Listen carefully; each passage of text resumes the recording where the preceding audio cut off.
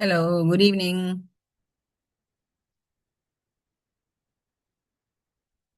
Hello, am I audible? Yes, madam. Okay. Okay, I think we have already done question number one and two. So I asked you to calculate question number, tax computation of question number three. I think you have already done that.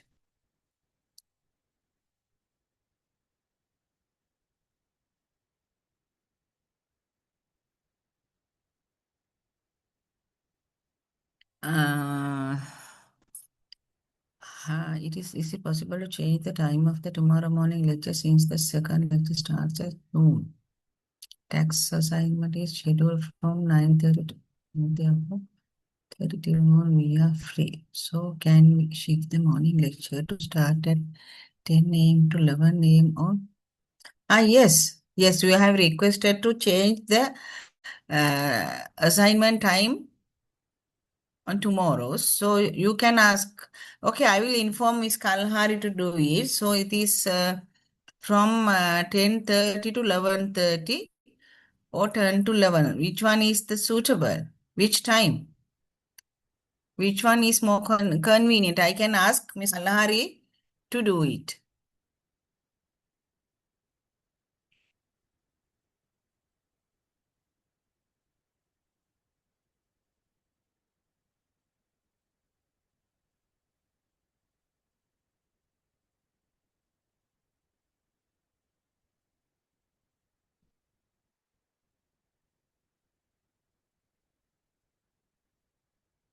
Hello, Kalhari. මේ ස්ටුඩන්ට්ස්ලා අහනවා හෙට මේ assignment එක පුළුවන්ද කියලා 10:30 to 11:30 කරන්න ඒගොල්ලන්ට මොකක් හරි තියෙනවද?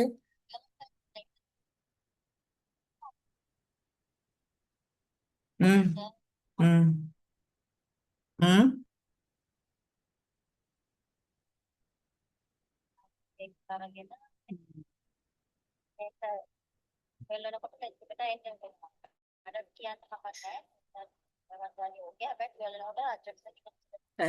මෙන්න මේ දැන් තව එක්කෙනෙක් දානවා.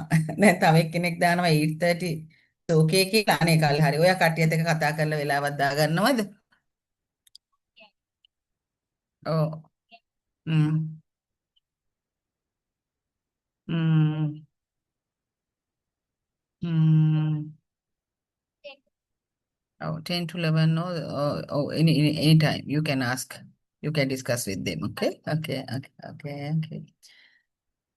Okay, you can discuss with Miss Kalhari, and she will tell you the exact time. So tomorrow assignment is mainly for an individual. So I have already given examples, two examples. So this is also one example. So let's do this example. Then I think it will help you to tomorrow's assignment.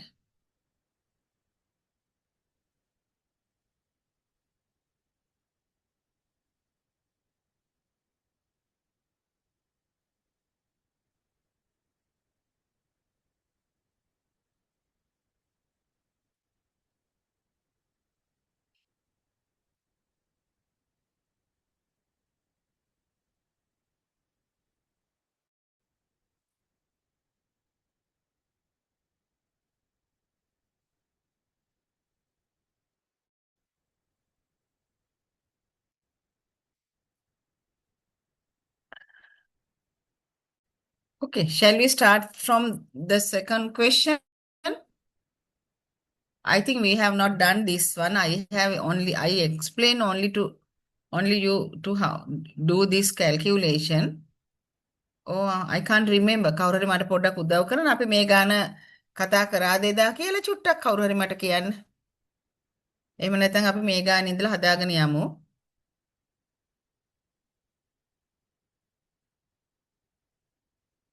අපිට දෙවෙනි ගානද තුන්වෙනි ගානද හදන්න තිබුණේ.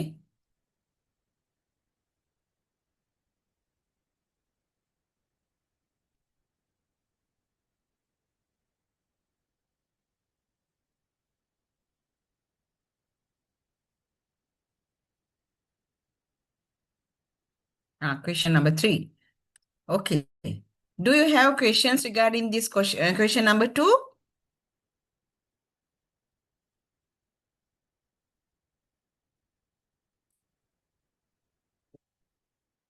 දෙවෙනි ප්‍රශ්නය ගැන මොන හරි ප්‍රශ්න තියෙනවද?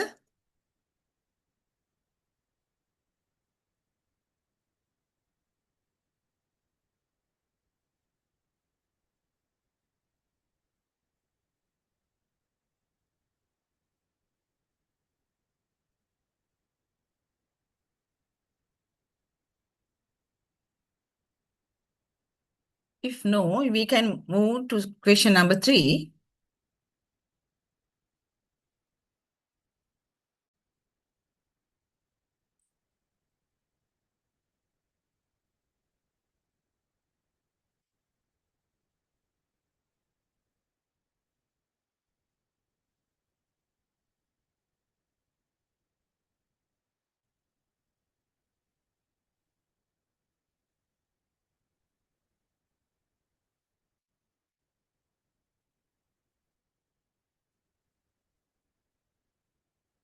This is the question. Mr. Nalin Somadasa operates a hardware shop. Based on the information provided below, you are required to compute his income tax payable for the year of assessment 24-25. So you have given these details.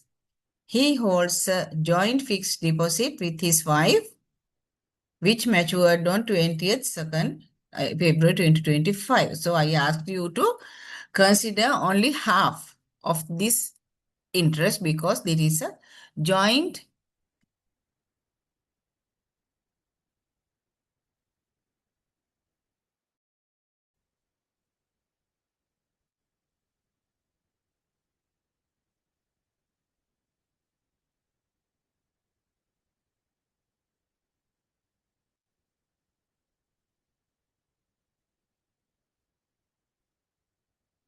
Is it okay now? Can you see the question?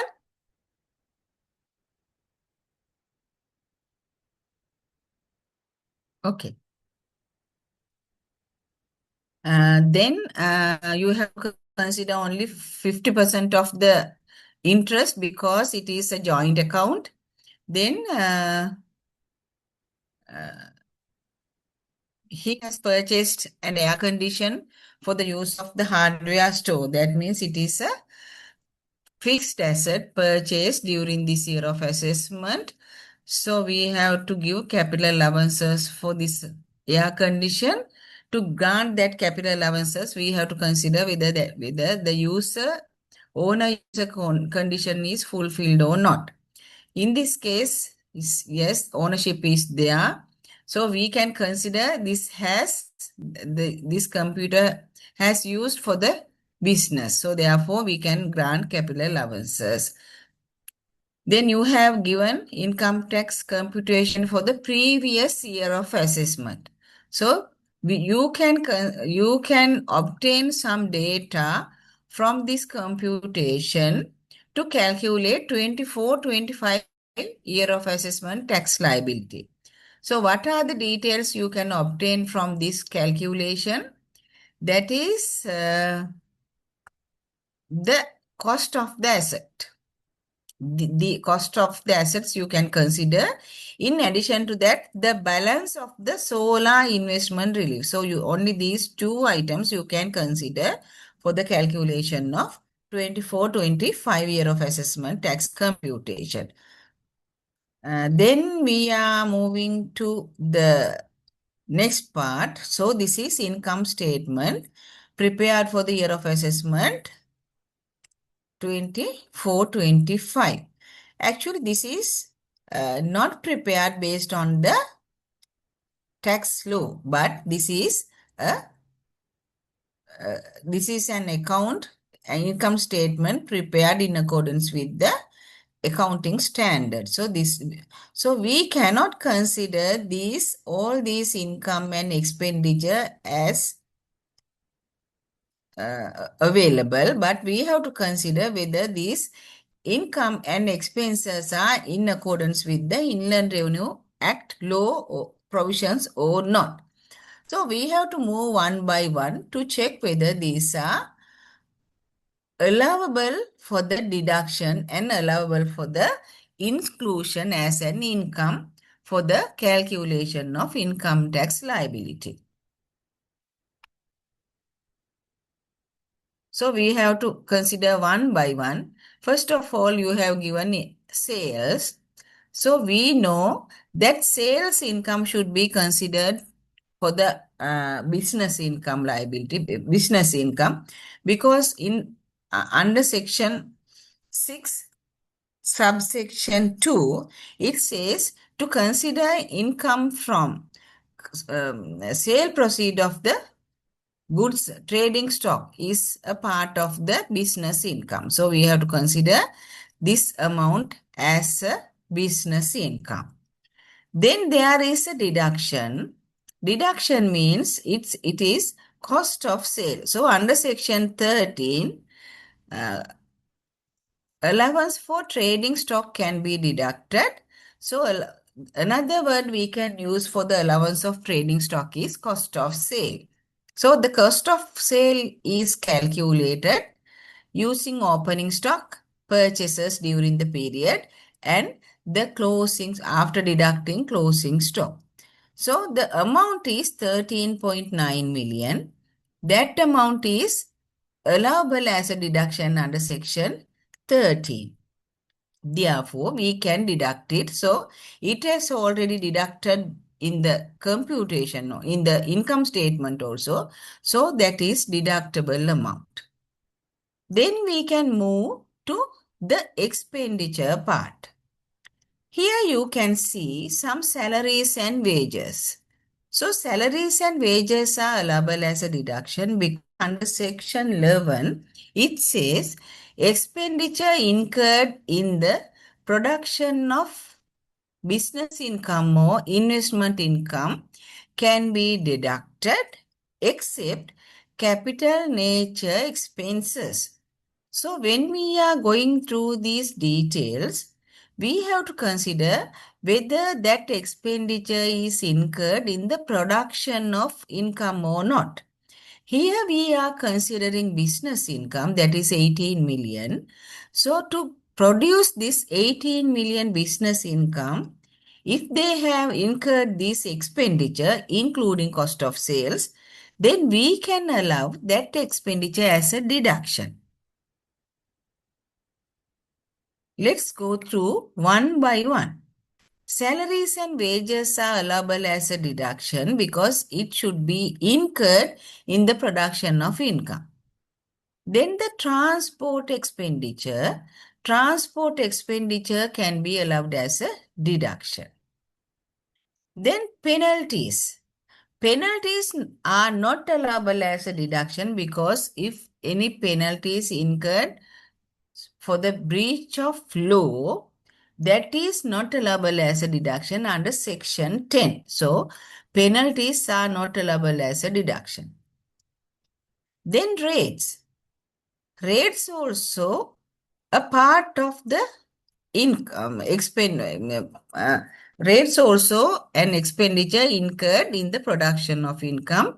We can consider it as like that because if we are engaging in a business, sometimes we have to rent out some buildings, so we have to pay rates to the local authorities. So that is also a part of the business.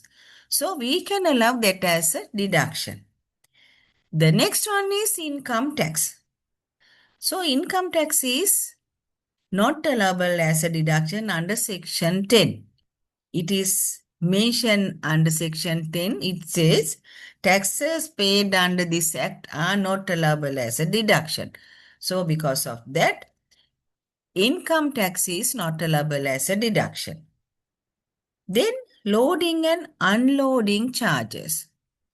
Loading and unloading charges means the expenditure incurred to load that taxpayers stocks into a vehicle or some vehicle, maybe vehicle or maybe some another way, that is loading and unloading. So loading and unloading expenditure also allowable as a deduction because it is also incurred in the production of income.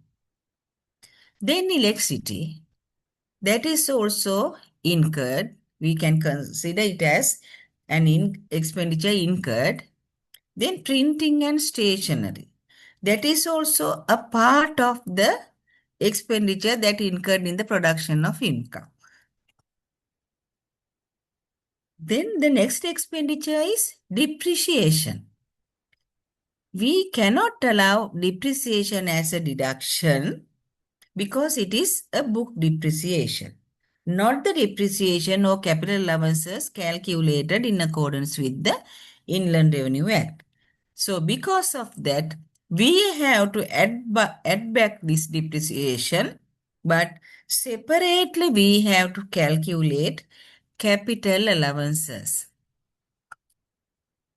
Then communication expenses. When we are deducting communication expenses, here we have only one expenditure. So without any issue, we can deduct it as a deduction, capital allowance, communication expenses.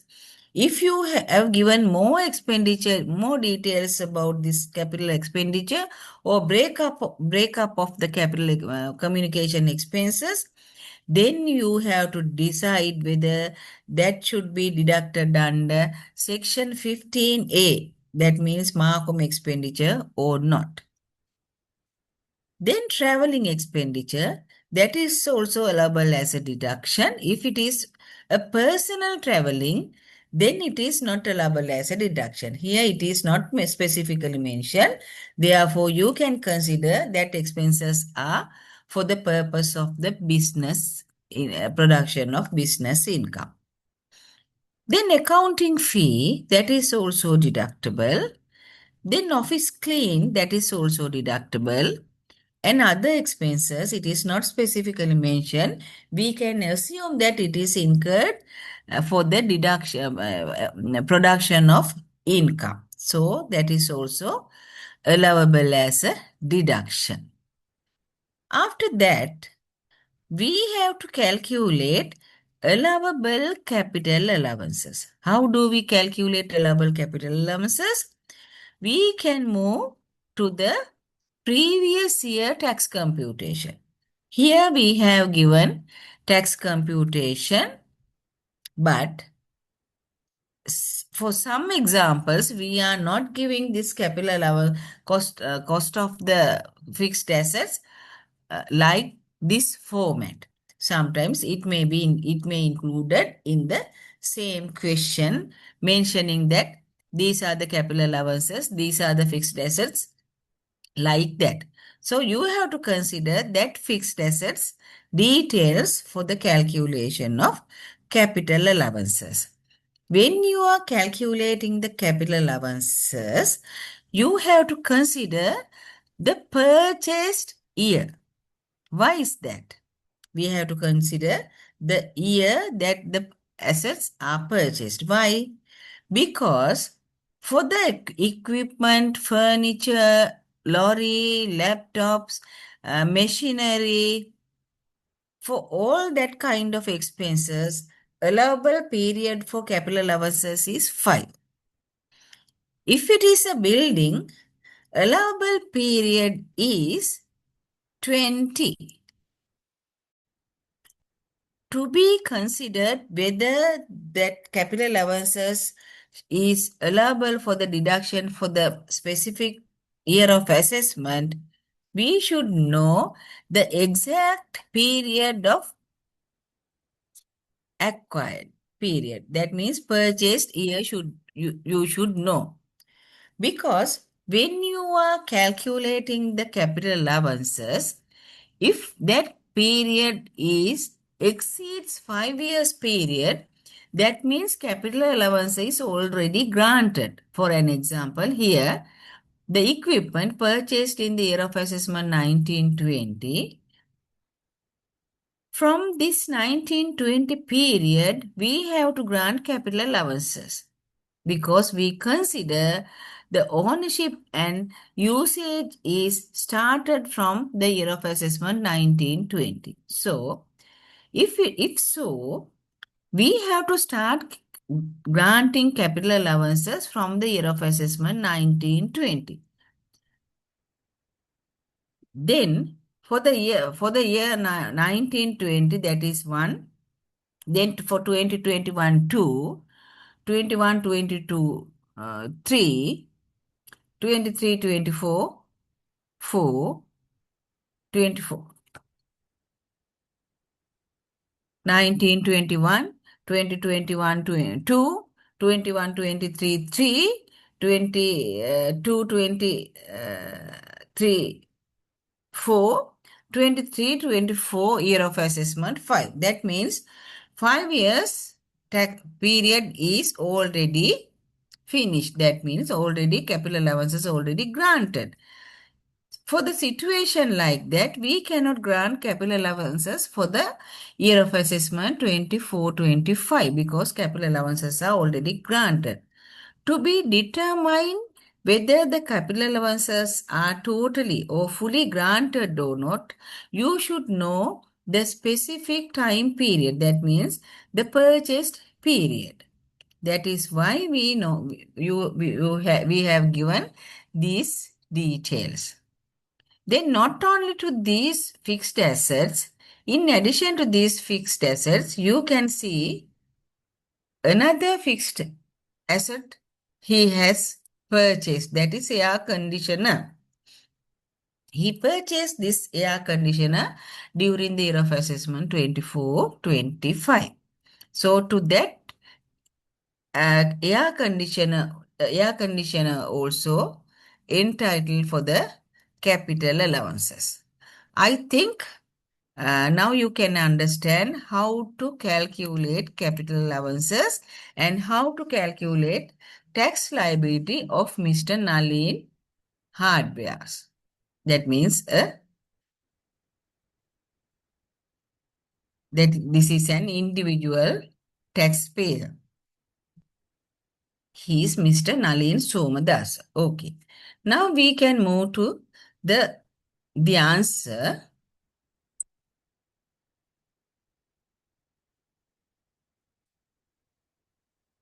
Your answer should be like this.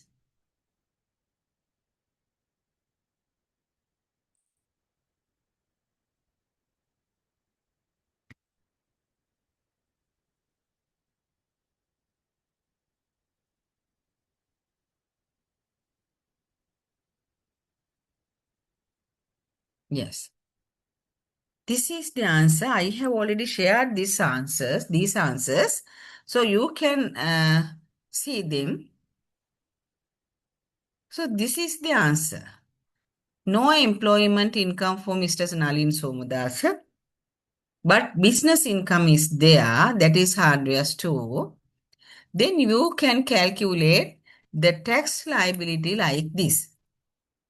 So this is the plus column. J column is the plus column. L column is minus column. Plus column is for the profit part. Minus column is for the expenditure part. So here you have given profit as per income statement, that is 3,167,000 because that is given in the income statement. So we can start our tax calculation from there because that amount is calculated according to the accounting standard. So we can start it from here. 3 million, 3.1 million. Then you can add all other expenses that are not allowable as a deduction. Because this amount, the 3.1 million has been arrived after deducting lot of expenses according to the accounting standards. But if that expenditure are not allowable as a deduction under Inland Revenue Act, what we have to do is we have to add back that amount to the profit because that kind of expenses are considered as disallowable expenses or not allowable expenses. So they have already deducted that expenditure in arriving at the book profit. So because of that, we have to add that expenditure again. So penalties, I think you can remember penalties that is not allowable as a deduction. Then income tax, that is also not allowable as a deduction. Then depreciation, that is also not allowable. So we added back that three not allowable deductions into the profit. Then what we have to do, there are some expenses that should be added to the computation. So we have to give capital allowances for the assets. So 20% means 5 years. If it is 5 years, we can consider it as 20% or we can divide it by 5. So for the furniture,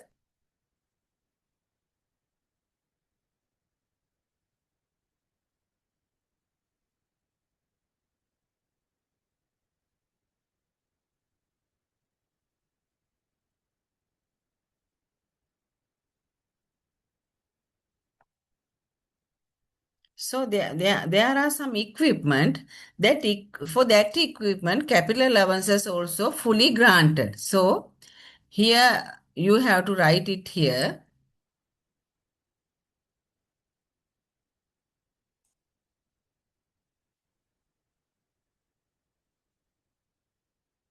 Equipment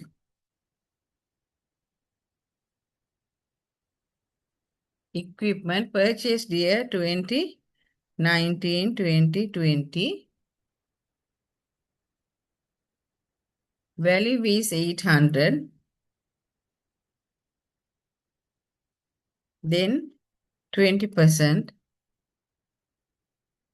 This is fully granted because if we calculate from 1920 to 2024, 25, the period, there are 6 year of assessments. That means up to 5 years assessment, we can grant capital allowances. Then we can consider as we granted full capital allowances. 90, 20, 21, 22, 23. Up to 23, 24, we can grant capital allowances because allowable period is 5 years.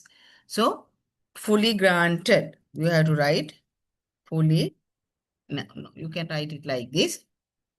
Capital allowances fully granted.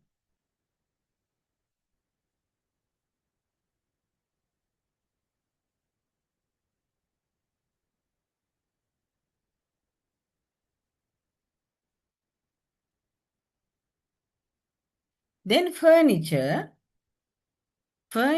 purchased in the year of assessment 21, 22, 21, 22, 23, 24, 25. That means only one period is there to be deducted. So that amount can be deducted. That is 80%. 80,000.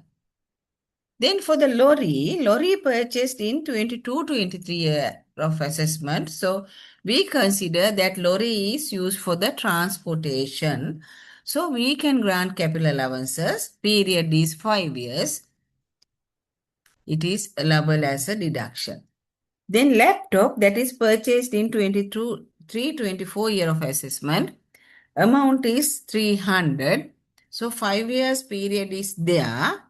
Still we can deduct capital allowances. So in addition to that, air conditioner also purchased in 24-25. So still we have not granted capital allowances because that asset is purchased in this year of assessment. So we can assume that the air conditioner is used in this year of assessment. So we can grant capital allowances. So from the plus amount, we can deduct capital allowances. After that, there is a amount, then it is, then that means we have already calculated business income, assessable income from business. Then we can move to the investment income.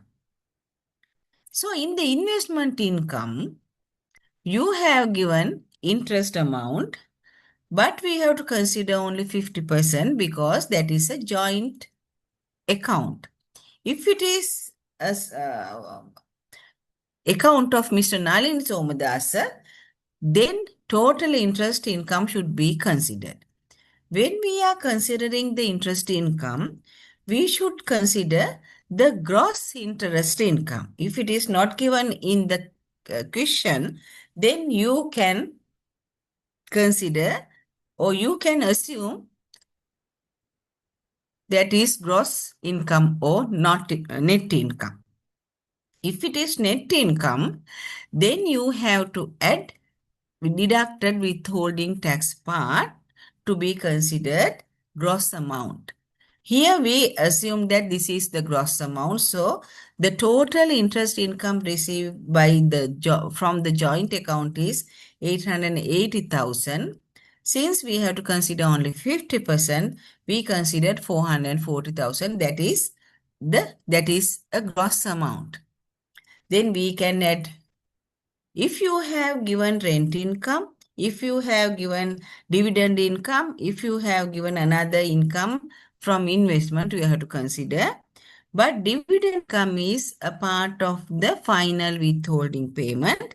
So because of that, it is not a part of the assessable income. Therefore, you should not include dividend income under investment income. Then you have total assessable income. From the total assessable income, you can deduct reliefs. When you are deducting relief, first of all, you can deduct personal relief, not the solar relief. Why is that? ඇයි එහෙම අපි කියන්නේ?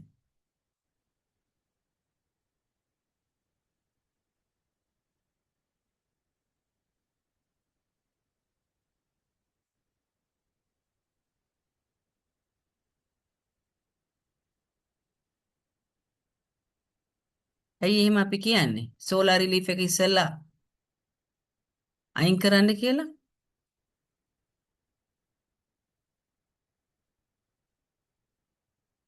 මොකක්ද ඒකට හේතුව? කාටද ඒක තේරෙන්නේ? අපි ඉස්සෙල්ලාම solar relief එක අඩු කරන්න ඕනේ කියන එක?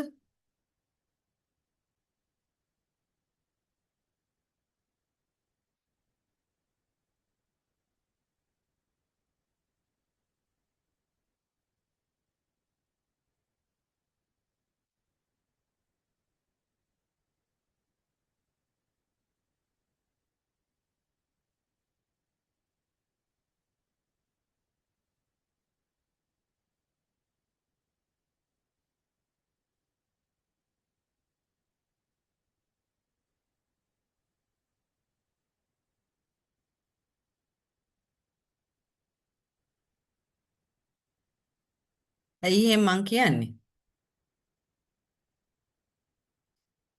Why? What is the reason? To deduct?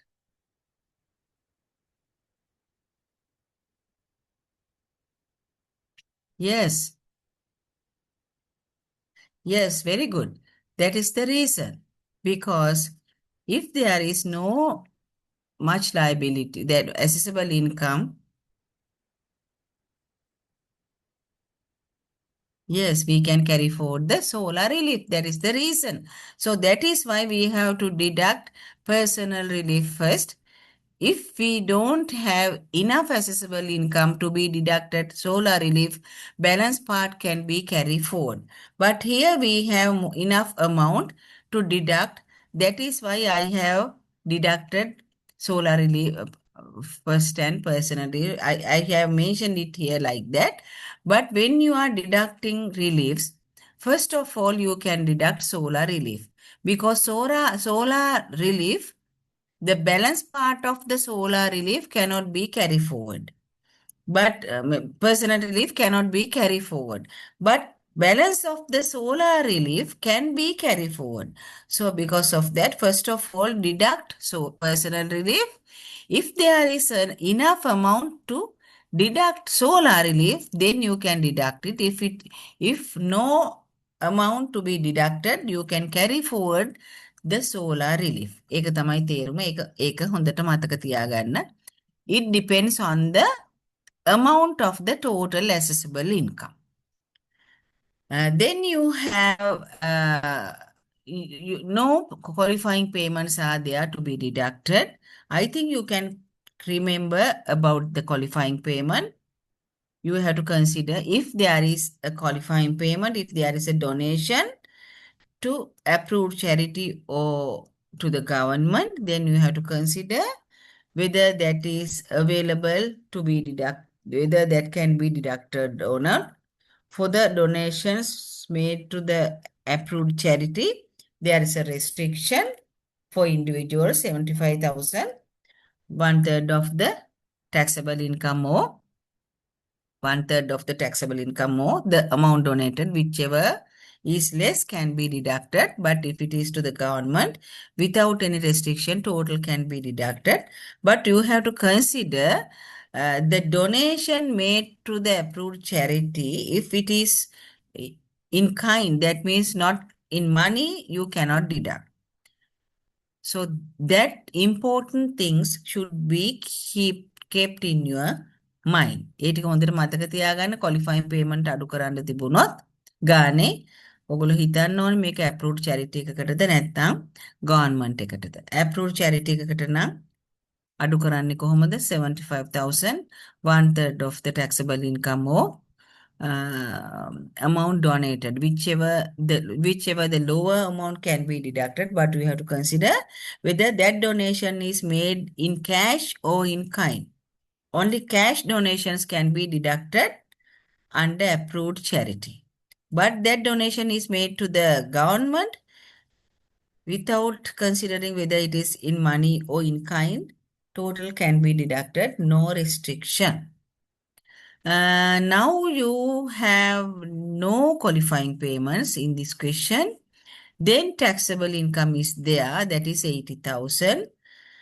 Since 80,000 only, that means first slab is 500,000. This is less than that amount, so applicable tax rate is 6%. After applying 6% to the taxable income, then that is 4,800. That is the payable tax.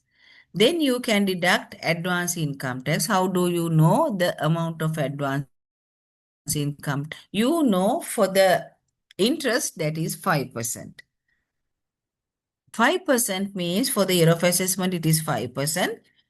If we are calculating the year of the tax computation for the year of assessment 25-26, then AIT with rate is 10%.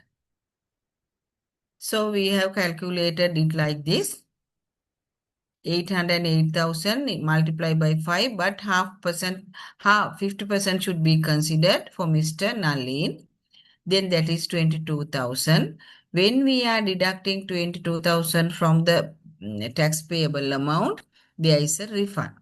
That refund can be requested through the return after submitting to the department. So this is the computation. If you have question, you can ask now. අපි ඊළඟ ගානට move වෙන්න කලින් ගානට ගැන ප්‍රශ්නයක් තියෙනවා නම් අහන්න.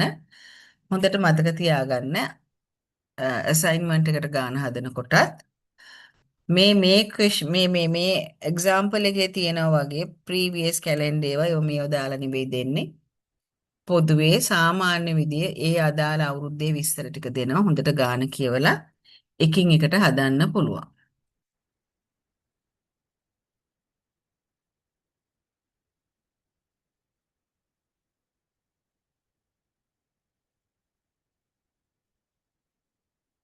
It's 250. Why 250? What is the purpose of deducting 250? කොහෙන්ද ඒ ගණ ගත්තේ? assume.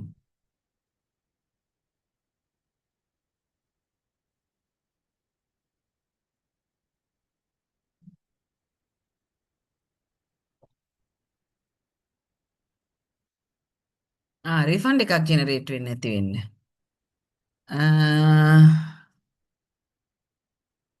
Actually, you can deduct because it is not specifically mentioned, but that if that is available, you can deduct.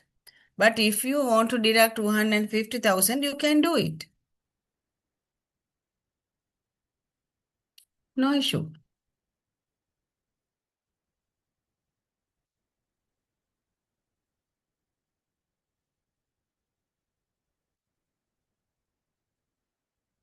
ඔව් ඉතින් IRD එකෙන් රිෆන්ඩ් එකක් ගන්න ලේසි නෑනේ නේද? රිෆන්ඩ් එක හැදෙන්නේ නැති වෙන්න කොටසක් ඉල්ලන්නත් පුළුවන්.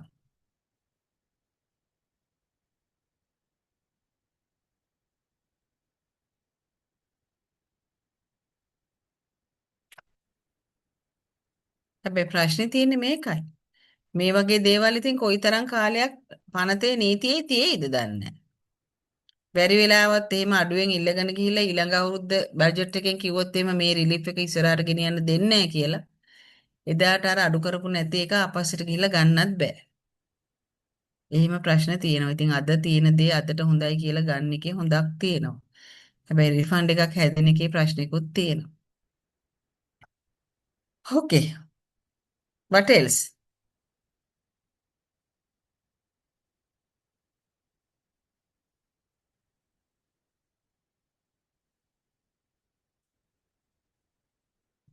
Then we can go to the next one, next example.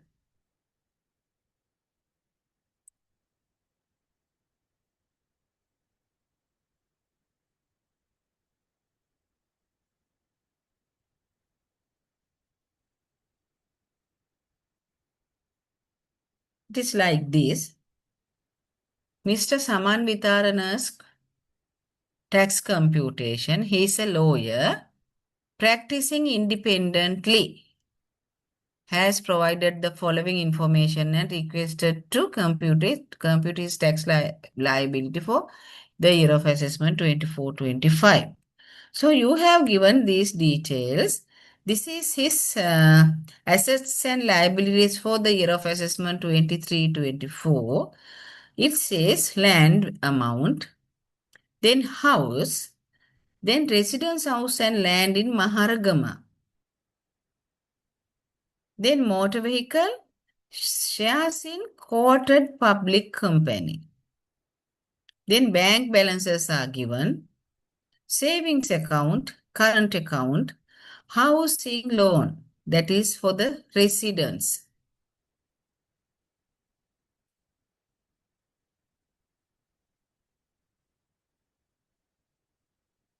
Then professional income,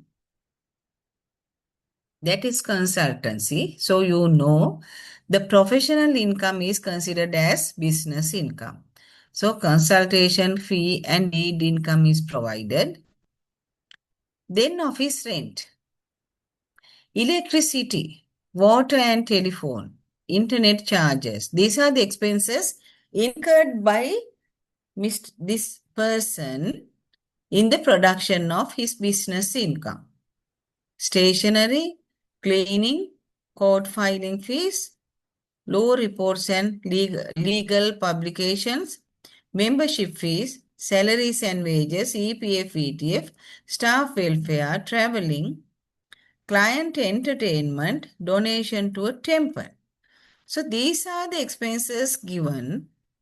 Then one by one, we have to consider whether that expenditure is allowable or not. Here you have donation, that is a qualifying payment. Then again you have given these details. He has rented Nugekot house for 120,000 monthly rent on 15th May 2024. He got 3 years rent on the same day. Rates paid for the property, that is 120,000. His house and living expenses 303.6 million. So living expenses, clothes and shoes, his and family medical expenses, new vehicle purchased for the name of his spouse, shares sold, shares sold.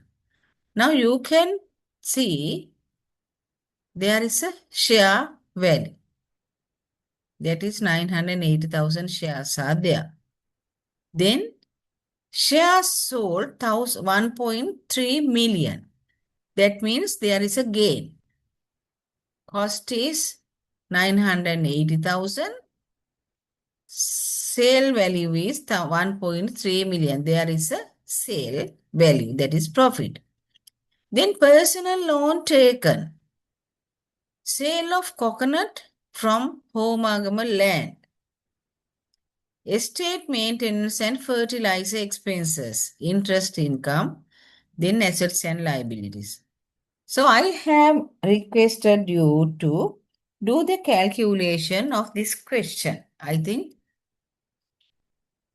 don't know whether you have calculated the tax liability or not. So if you have not calculated that tax liability, we can do it. මං ගණන් හදන්න කිව්වා. හැදුවාද දන්නේ නැහැ. හැදුවේ නැත්නම් අපි හදාගෙන යමු. එතකොට මේක ඔයගලන්ට ෂෙයා කරලා ඇති අද කල් හරි. අද නෙවෙයි නේද මේක ෂෙයා කරේ දන්නේ නැහැ. මම දීලා තිබුණේ ෂෙයා කරේ කවදද කියලා බලන්න. ෂෙයා වෙලා නම් තියෙන්නේ හදන්න උත්සාහ කරන්න පුළුවන්ද කියලා බලන්න. එහෙම නැත්නම් අපේ කාලයත් ටිකක් ඉක්මනට යන හින්දා අපි ඊළඟ ගානට යන්නත් පුළුවන්. උත්තරේට යන්නත් පුළුවන්. ප්‍රශ්න තියෙනවා නම් කතා කරන්න.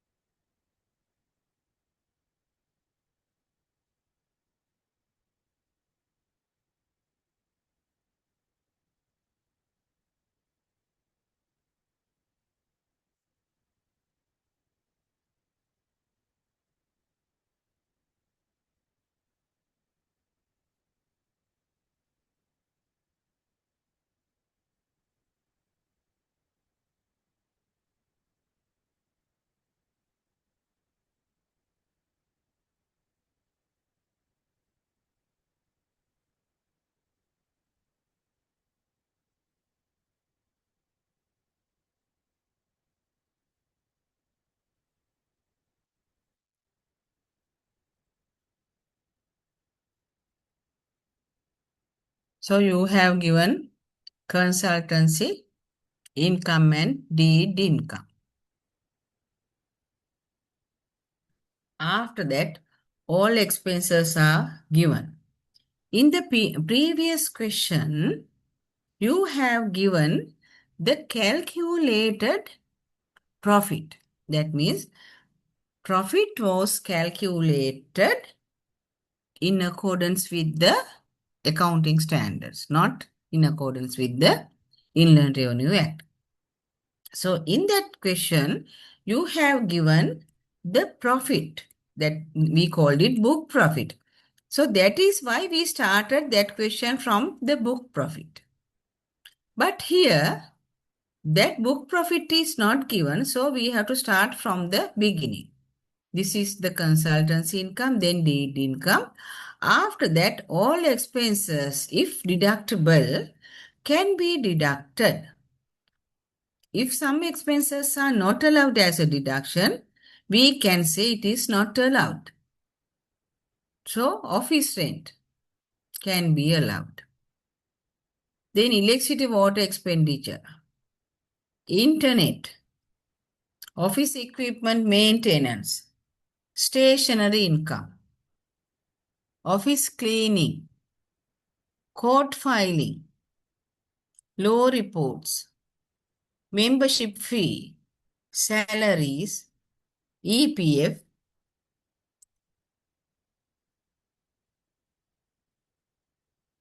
Yes. But staff welfare, yes, salaries, EPF. Staff welfare, here you have not given more details. So because of that, either you can consider it as allowable or not allowable. For an example, if that staff welfare includes tea supplied to the workers, that is allowable. එතකොට මෙතන staff welfare කියන එක පැහැදිලිව exam in detail තිබුණා නම් අපිට allowable the not allowable ද කියන්න පුළුවන්. But you can assume. Then traveling, client entertainment. So entertainment expenses are not allowable. But for the entertainment term, you have given a definition under section 195. In that definition, it says entertainment expenses are expenses incurred for liquor, tobacco, like that. So not other entertainment, other expenses are not considered as entertainment. Food, beverages, if we provide that kind of things to the client, that cannot be considered as entertainment. ඒක හොඳට බලන්න entertainment expenses ඉස්සර නම් entertainment කිව්ව ගමන්ම allow කරේ නැහැ. Because it included food, beverages, everything.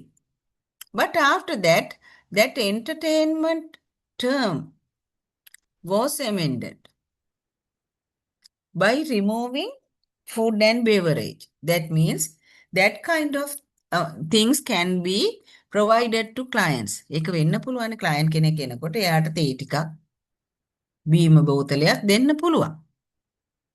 Now entertainment does not allow, not included food, beverages, but liquor.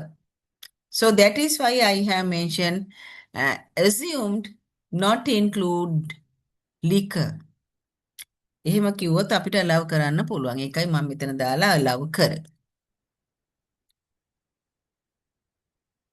එතකොට මේකේ අර බලන අර ප්ලස් මයිනස් දාලා එහෙම නෙවෙයි හදාගෙන ගියේ. ඉන්කම් එක අරගෙන ඉඩ දෙන එක්ස්පෙන්ඩිචර් ටිකත් අරන් ඉඩ නොදෙන ටික දෙන්නේ නැහැ කියලා ලිව්වා. When you are answering, you have to write it like this. If some expenses are not allowable, you have to mention it. If excess expenses are allowable, that amount can be write down like this. So donation, that is not allowable. Then you have gain on consultancy business.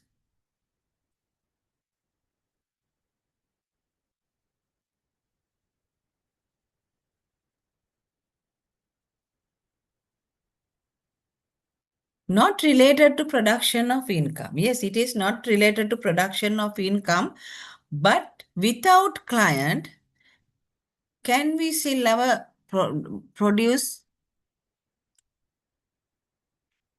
අපිට produce කරන්න අපේ not production of income, not the production. Production කියන්නේ අපේ හදන බඩුව නෙවෙයි. ඒ බඩුවෙන් ලැබෙන ආදායමයි අපි කතා කරන්නේ. Not related to production of income. So for that income, we need clients. So client support service is there. That is also a part of the expenditure incurred in the production of income. That is why we did allow it as a deduction. Then investment income. This is rent income. Rent income 120,000 per month. But rented out on 15th May. That means not for the total year of assessment, but I considered it as only for 11 months. That is why I multiplied it by 11. Then rent income received for 11 months. In addition to that, advance received for 36 months. But if it is a refundable advance, we cannot consider it for it as an income. Sometimes that rent advance is a part of the income. Since it is here, it is not refundable. So I considered it as a income. So income advance was given for 3 years period. For the individual, income from employment and income from investment should be considered in cash basis, not the accrual basis. Because of that, I multiplied this by 36, 3 years. So we have 4.3 as an advance and rent income 1.3. Then we can deduct expenditure. Rates we can deduct. After that we have another expenses. Living expenses not allowed. Clothes no. Family medical no. Spouse vehicle no. Then we can calculate gain on rent income.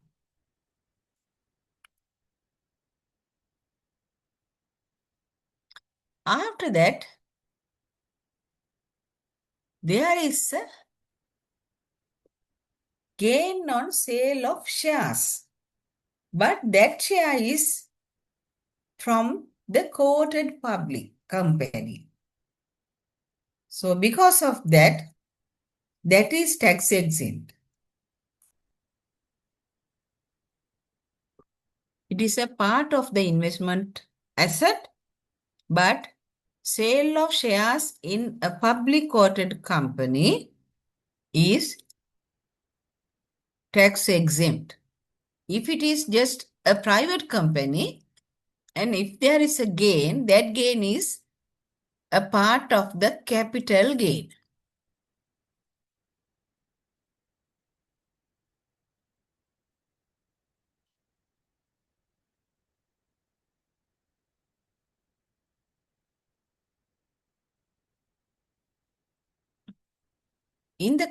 In this question, it says rent income. In addition to that, rent advance for 3 years period. So when we are giving some property as a rent, we are obtaining advance in addition to monthly rental payment. Considering that situation, I have considered it like that. If you can assume that this 36 includes the 11 months period, you can consider only 36 months. හැබැයි එහෙම බෑ නේද? අපි ගෙයක් කුලියට ගන්නකොට කොහොමද දෙන්නේ? පළවෙනියෙන් දෙන්න මාස 16ක අවුරුදු 3ක ඇඩ්වාන්ස් එක කියනවා. ඇඩ්වාන්ස් එක අරගෙන පැත්තකින් තියාගෙන මේ මාසෙ ඉඳලා කුලිය ගෙවන්න කියනවා. අපිට එහෙම කියලා පැහැදිලිව කියලා තියෙනවද නෑ කියලා? ගානේ නෑ නේද? එහෙම කියලා තියෙනවා නම් මාස 36 විතරයි ගත්තේ. අර ගත්තේ නෑ කියලා නම් ඇඩ්වාන්ස් එකක් වෙන්නත් නෑනේ. ඒක එහෙම විශේෂයෙන් කියලා තියෙනවා නම් කියලා තියෙන ටික ගන්න පුළුවන්. So that is why I considered 11 months period as a rent. If it is not, ඔයගොල්ලන්ට assume කරන්න පුළුවන් නම් එහෙම නෑ කියලා no issue.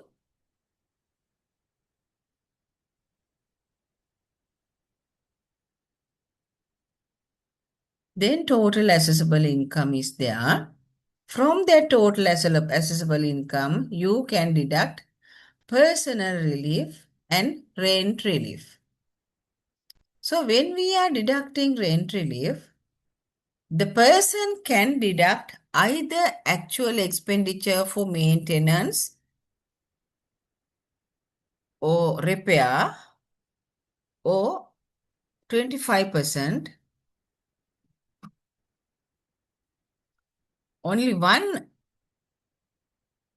amount can be deducted. Only one amount means either actual expenditure or 25% rent relief.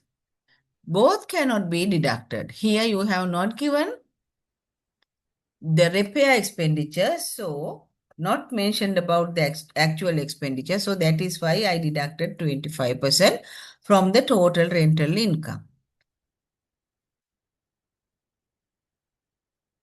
Here you can deduct personal relief and rent relief. After that, you can deduct qualifying payments if available. Here, donation to temple.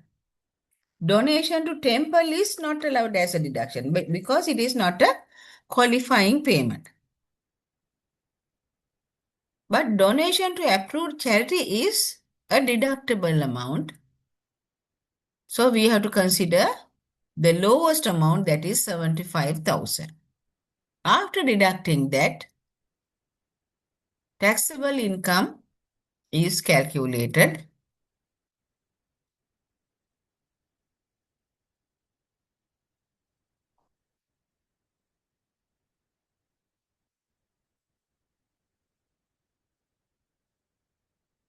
So tax rates can be applied to the taxable income. Then total tax payable is 989,000. From that amount, advance income tax can be deducted. After that, balance tax payable is there. So this is the tax calculation of Mr. Who is that? Mr. Saman.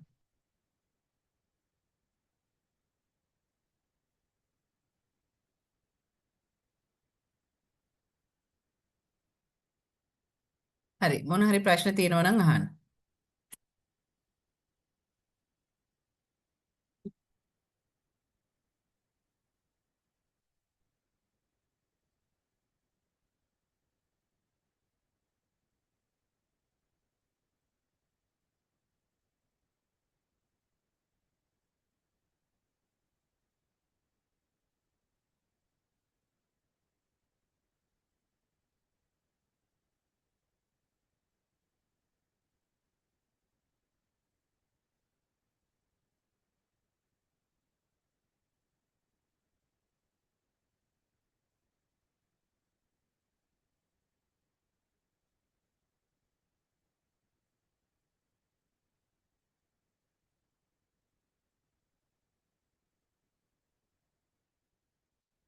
හරි ප්‍රශ්න නැද්ද?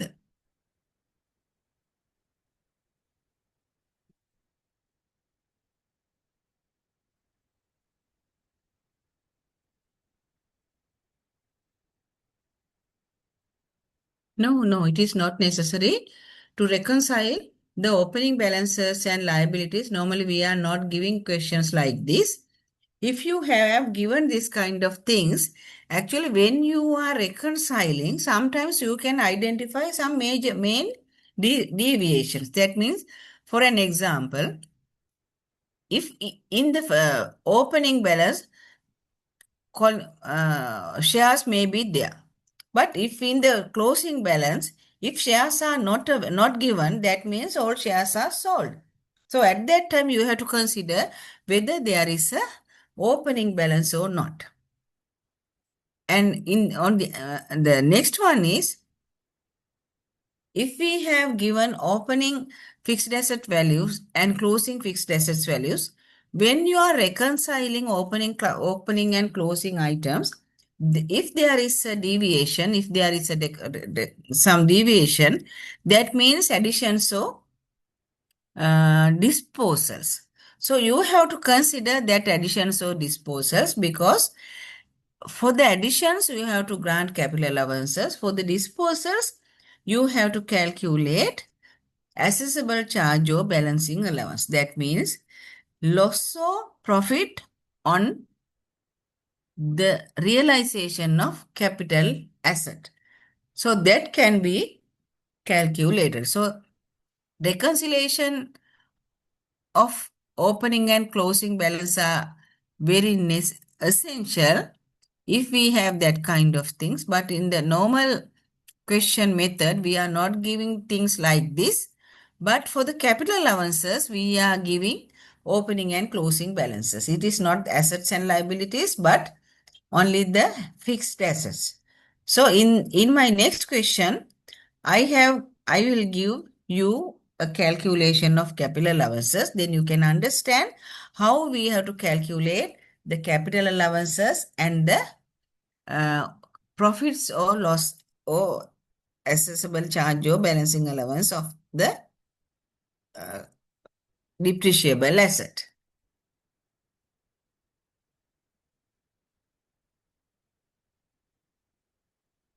Okay, can we move to the next one?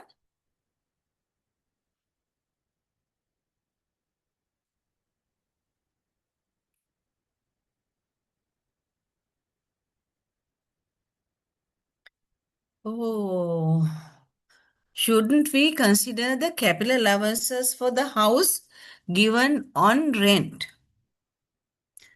For granting capital allowances, what should we consider?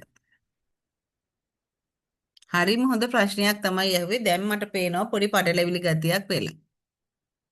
Why we have not granted capital allowances for the rented house? Why? Who can tell me? We have not granted capital allowances. Yes, you know the answer. නේද? ඔයාම දන්නවා answer එකත්.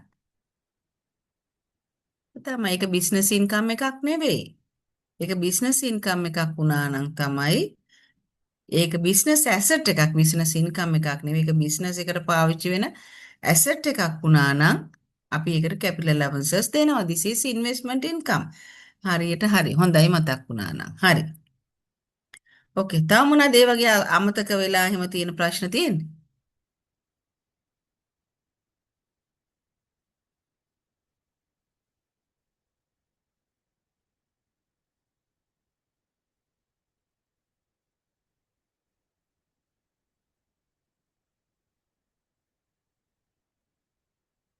හරි. එහෙනම් අපි දැන් යන් ඊළඟට මම capital allowances ගැන පොඩි ගානක් හැදුවා.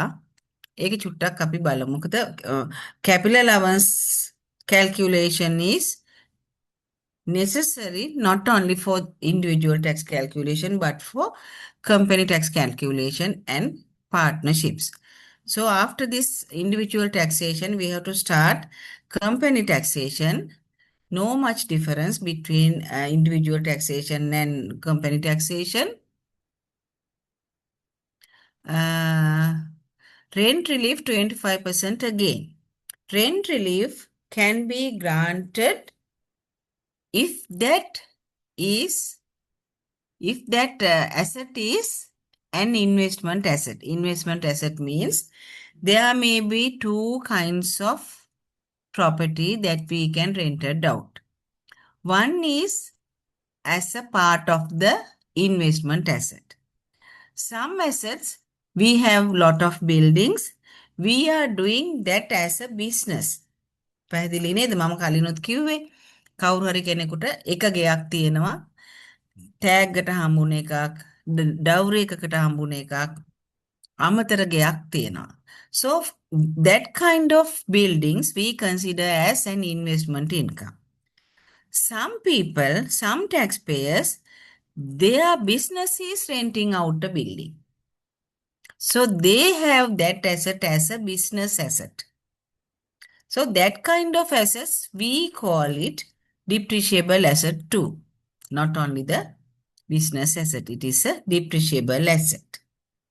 So for that kind of asset, that means if it is an asset that is used for the business, we grant capital allowances. But some assets are not the depreciable asset because they are not using for the business. For an example, rented my additional house, my additional building, not for the purpose of business, but as an investment asset. I keep it. I hold it with me and I rented it out. I receive rent income. It is not a business income, but it is a rent income. We can categorize that rent income under investment source. So if it is a business asset and business source, then we can grant capital allowances. But if it is an investment asset, then we cannot grant capital allowances. Then we can give for 25% rent relief. But it is not only for that depreciation, but for the repair and maintenance of the building. So rent relief can be granted only for the investment asset. If actual repair and maintenance expenses are not claimed, සමහරෙක්ට පුළුවන්නේ එයාගේ කුලියට දෙන building එකට අදාළව දරන රිපෙයා maintenance වියදන් ටික ඒ වියදම ගන්නත් පුළුවන්. එහෙමත් නැත්තම් එයාට පුළුවන් ඒ වියදම ගන්නේ නැත්තම් අඩු කරන්නේ නැත්තම් ඒ වෙනුවට 125ක් rent relief එකක් ගන්න. Here we have not given the actual expenses and it has not been mentioned that this person has deducted his actual expenses. He can deduct either actual expenses or 25% rent relief. දෙකෙන් එකයි. දෙකම ගන්න බෑ. එතකොට මෙයා කවුද? මොකද්ද මෙයාගේ නම? හරි කවුරු හරි කමනේ සමන්. මේ සමන් කියලා නැහැ මේ ගාන කියලාත් නැහැ. එයා actual expenditure අඩු කරනවා කියලා. මේ ගාන කියන්නේත් නැහැ වෙන ඊට වඩා වැඩි විස්තරයක් දීලත් නැහැ. ඒක නිසා අපි 125 අඩු කරා. ගානේ පැහැදිලිව කිව්වොත් මෙයා 125 අඩු මෙයා මේ සම්බන්ධයෙන් actual වේදන් දරනවා කියලා actual වේදම කීයේ වුණත් අඩු කරන්න දෙනවා. actual වේදන් ගැන කතා කරලා නැත්නම් actual කියන්නේ rates වගේ නෙවෙයි. actual වේදන් කියන්නේ repair සහ maintenance වලට දරන වේදම් විතරයි. ඒ දෙක actual දරුවත් නැතත් 125 ගන්න පුළුවන්. හැබැයි actual වේදන් දරනවා නම් actual වියදම අඩු කරනවා නම් ඒක අනිවාර්යයෙන්ම දරා තිබිය යුතුයි. Understood?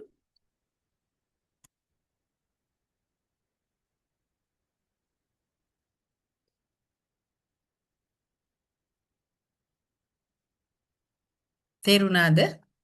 මේක අහපු මහත්මයාට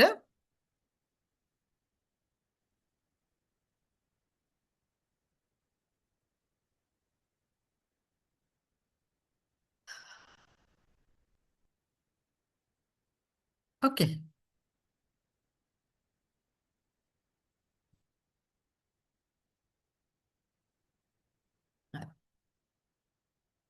තා මොනවාද ප්‍රශ්න තියෙන්නේ?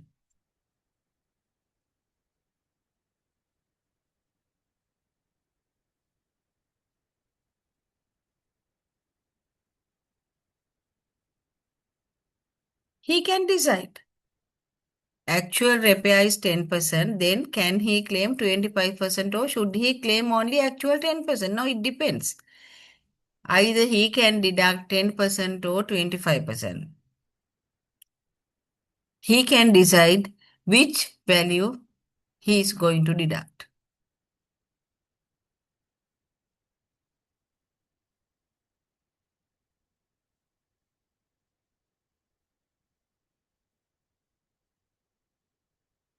Okay?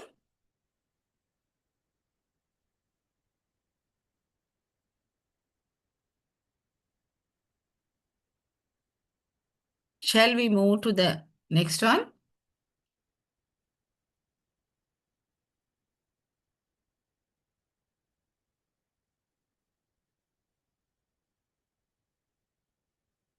Yes, tomorrow assignment is mainly for the calculation of individual's tax liability.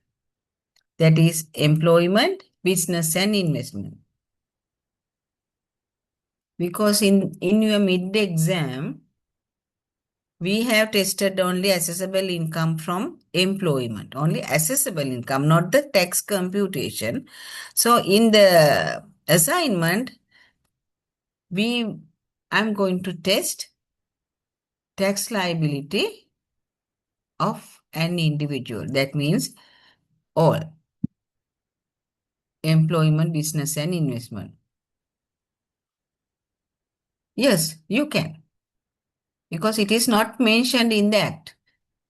In 1 year total, 1 year actual, then and the next year 25%. Yes, is it a group activity or individual assignment? How many questions? Only one. How many marks? I think 15% because for the assignment and mid-examination we had to give 40 marks. So I think for the mid-exam we have given only 25. 25 නේද අපි දුන්නේ? 25 නම් මේකට අපිට දෙන්න වෙන්නේ 15.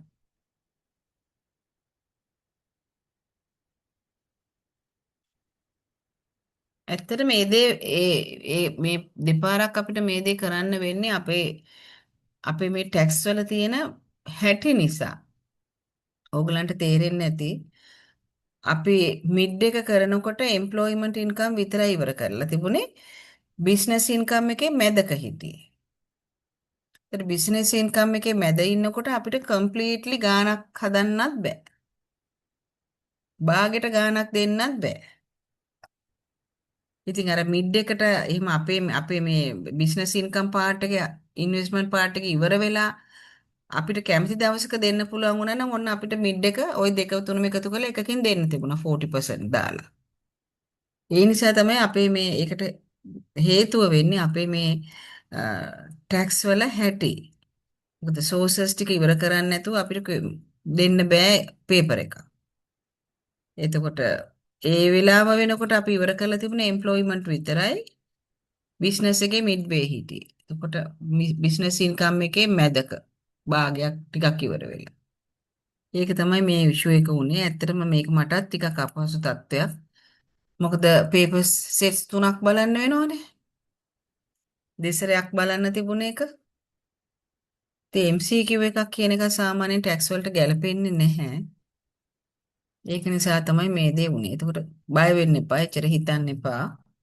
මේ මන් දෙන ගණන් ටික ප්‍රැක්ටිස් කරන්න. බිස්නස් ඉන්කම් එක මේ විදිහට ෆෝමැට් එක ගැන අවබෝධයක් තියාගන්න. හැම එකකටම ලියන්න. මේක අලව් කරනවා ඉඩ දෙන්නේ අලව් කරනවා ලියන්න ඕනේ නැහැ කියලා හිතන්න එපා. අලව් කරත් ලියන්න, අලව් කරන්නේ නැතත් ලියන්න. ඒ වගේ හැම එකක්ම ලියන්න අපි එක්සැම්පල් කරන්නේ. දැන් මේ ගණන් වලත් කරන්නේ. ඒ වගේ ගාන හදන්න මට ඕනේ ඔයගලන්ගේ දැනුම විතරයි. මට ඔයගොල්ලෝ වෙන කොහෙද ලියලා තියෙන කියන එක අදාළ නැහැ.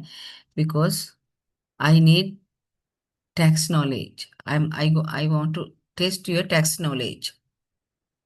Okay. Now we can move to the next one. More issues? තව ප්‍රශ්න මොනවාරි තියෙනවද ඔයගලන්ට?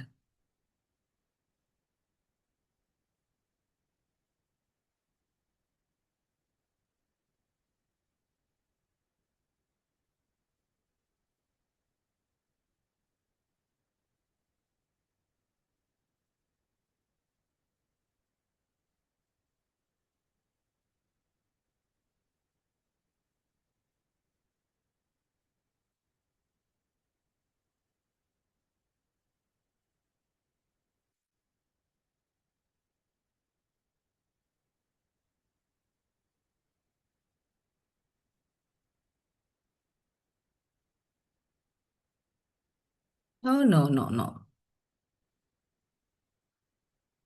No, only common items, only common items, not extremes. Actually, film production වගේ දේවල් ඉතින් බොහෝම කලාතුරකින් එන කෙනෙක් එකක්නේ. ඒ වගේ දේවල් ටෙස්ට් කරන්නේ නැහැ. No, only common understanding about tax liability. tax computation. Question from employment income. Employment income making questions තිබුණද කියලා අහන්නේ.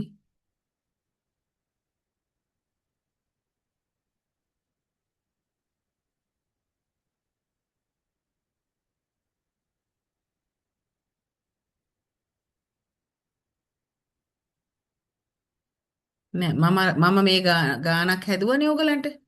ඒ විදිහටම තමයි එන්නේ. ඒ ගණන් අපි හදපු ගණන් ටික පොඩ්ඩක් ප්‍රැක්ටිස් කරොත් හරි.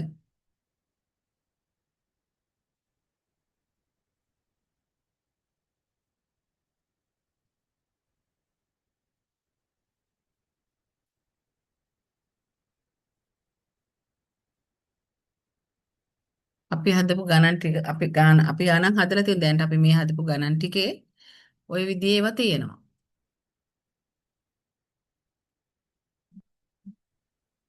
එම්ප්ලොයිමන්ට් අර මිඩ් එකට හැදුවා වගේ දිග එම්ප්ලොයිමන්ට් එන්නේ නැහැ. සාමාන්‍ය පොඩියට ඔයගොල්ලන්ට අවබෝධ කරගන්න ප්‍රශ්න තේරුම් ගන්න ටැක්ස් ලෝව දැනුම ගන්න තමයි ගාන තියෙන්නේ. Okay. Now we are going to calculate capital allowances, assessable charge and balancing allowance because this kind of question will be given for your final examination. This is applicable for individual and company and as well partnership. So this is මේ වගේ ඒක ටිකක් ගැඹුරුවට ඒ කියන්නේ paper එක ටිකක් දැක්කම බය හිතෙන විදියක් තමයි මෙහෙම එකක් ආවම එන්නේ. මේක එච්චර ගැඹුරු නැහැ. I want to show you it and I want to explain how to do this kind of calculations. Don't worry. මේ වගේ ලොකු ගානකින් capital allowances ගණන් එන්නේ නැහැ this exam, but for the final examination definitely you should know how to consider, how to determine capital allowance amount of a taxpayer. Okay, this is capital allowance, assessable charge and balancing allowance. So property, plant and equipment will be provided like this. So you have given this table. This table included the details of the capital assets and the depreciated amount. This is a part of the audited accounts. This is not a part of the computation, part of the audited accounts. In the balance sheet, there may be this kind of assets and capital allowance, not the capital allowance, but depreciation. So you have given fixed assets, then the opening balances, then additions during the year. Additions mean purchase during the period. In the third example, I have mentioned air condition. This is like that. During the period, this person has purchased. Opening balances means breakup is provided here. So this is for the building. If you aggregated the figures, then you can get the total amount because opening land is here. Opening land means sometimes there is a breakup for this land. Then additions during the year, disposals during the year. That means sold during the year. This is the cost of the sold asset. Then the balance.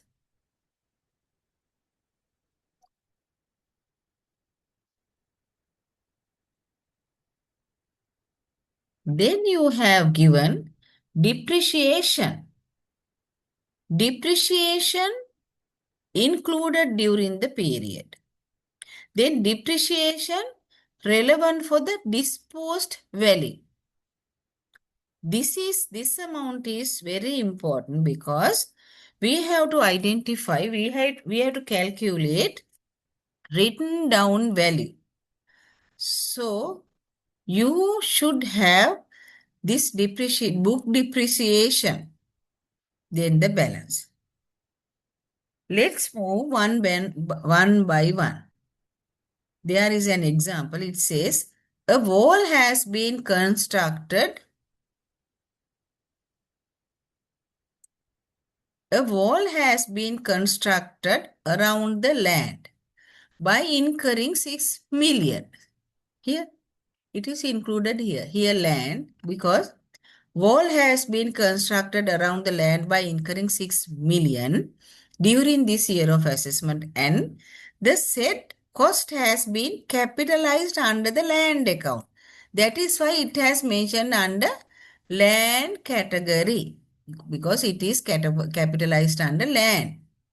But wall is not a part of the land, but in the taxation, we consider it as a structure. Structure. Another land utilized to store dilapidated machineries, that means not used machineries, has been sold for 18 million during this year of assessment. So, another land utilized to store dilapidated machineries. That means we used another land which is used for the business purpose,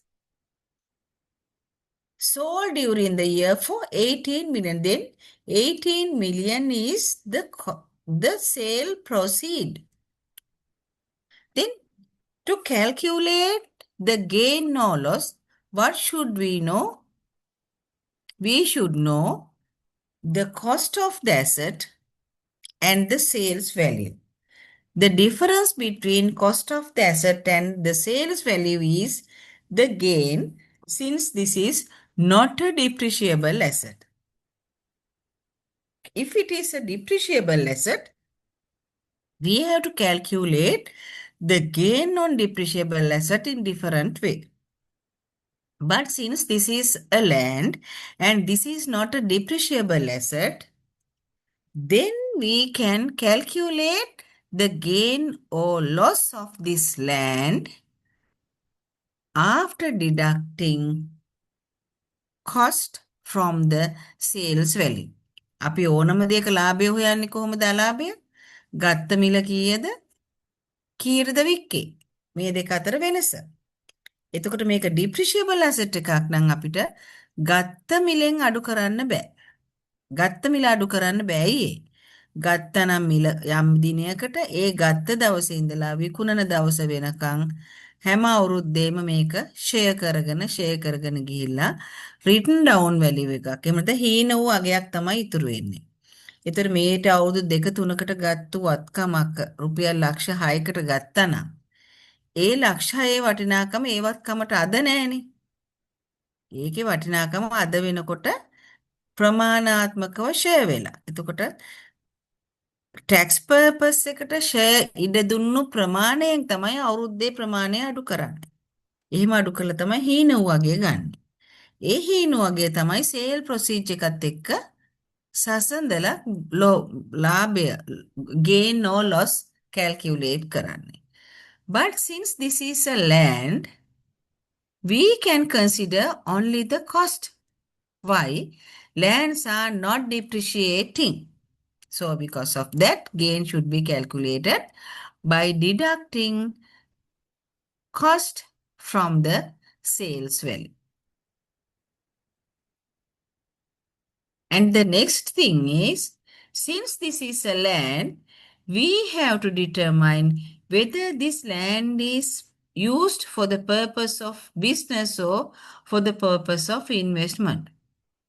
If it is used for the purpose of business, then we can deduct cost from the sales value.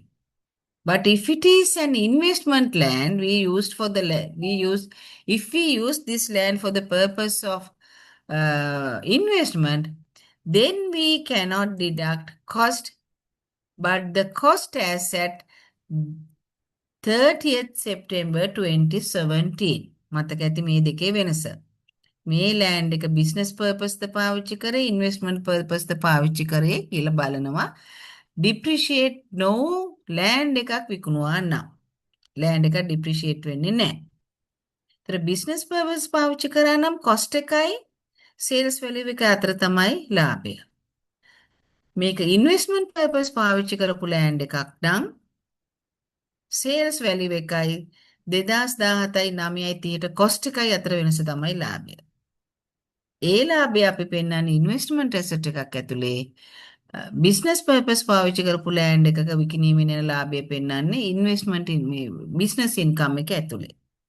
So that is the difference between business asset and investment asset. Then we can move to the next part, that is building. So here you have given buildings, that is opening value is 42. During the period, 8,000 buildings were purchased. So no disposals, then you have given balance amount. For this 42,000, we have given a detail table. Here, if you accumulated these values, then it is equal to the opening stock, and during the period, 8 million is the addition. So details of the buildings are as follows. That is 8 million. Factory constructed, 16 million. Showroom purchased.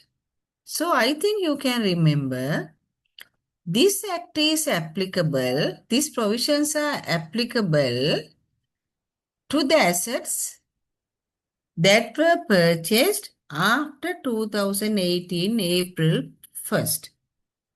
Assets purchased prior to that date, we cannot consider the Act number 24 of 2017.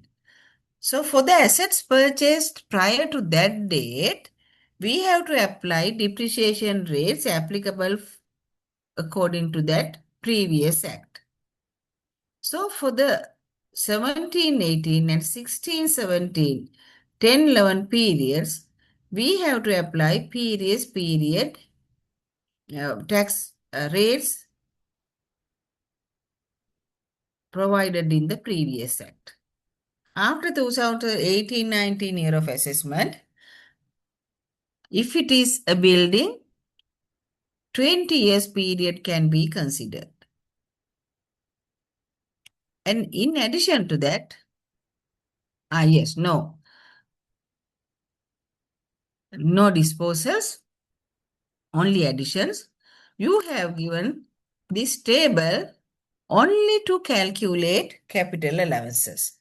If you have given some disposals, then you have to calculate gain or loss on that disposed building.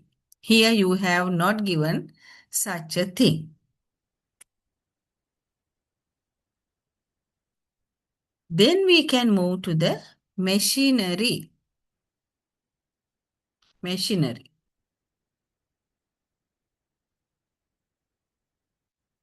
In the machinery part, this is 32 million is the opening amount. You have given breakup. Then only additions are there, no disposals. Then you have given a special note like this. It says, machineries of the company are used to assemble construction machineries and to produce machinery parts. That means these machineries are used to produce their product. One new machine has been imported for this purpose from India during the month of May 2024. That means during the year of assessment 24-25. The value is 3.8 million. Has been the CIF because this is an imported machinery. It has mentioned in the CIF. So after that, after importing that machinery, we have to pay another charges. Transport machine to the factory, clearing charges from the customs, and the installation charges. Here, since we have mentioned installation charges here, you can consider this machine as used during this period. If it is not mentioned installation charges, so if there is an indication that this machine is not used in the production of income during that period, capital allowances cannot be granted. Or you can make an assumption. Here it says the imported value is 3.8 million and it has been capitalized. Capitalized means it should be included in the balance sheet. When we are referring the balance sheet, we can identify not only that 3.8 million, other than another amount. The bigger amount is also there. That means 8.2 million additions are there. But in that note, you have given only 3.8 million. That means not only that asset, another asset also purchased during the period. So uh, you can assume that machinery also used this period. Then you can grant capital allowances for both assets. But here you have given not only the value of the CIF, the machinery, another amounts also there. That means transport amount, expenditure, then clearing charges and machine installation charges. These expenditure also a part of the cost of this asset. We cannot calculate or we cannot consider that kind of expenditure separately because when we are capitalizing the new asset, we have to capitalize that asset with this kind of incidental expenses. So transportation, clearing, installation, all charges are part of the capital asset. Therefore, when we are granting capital allowances, we have to grant capital allowances not only for this 3.8 million, we have to add these three amounts also to the cost to be granted capital allowances. In addition to that, you have given another machineries purchased prior to that year of assessment. For that machineries also, you have to grant capital allowances considering their purchased year. In addition to that, asset purchased during the year also entitled for the capital allowances.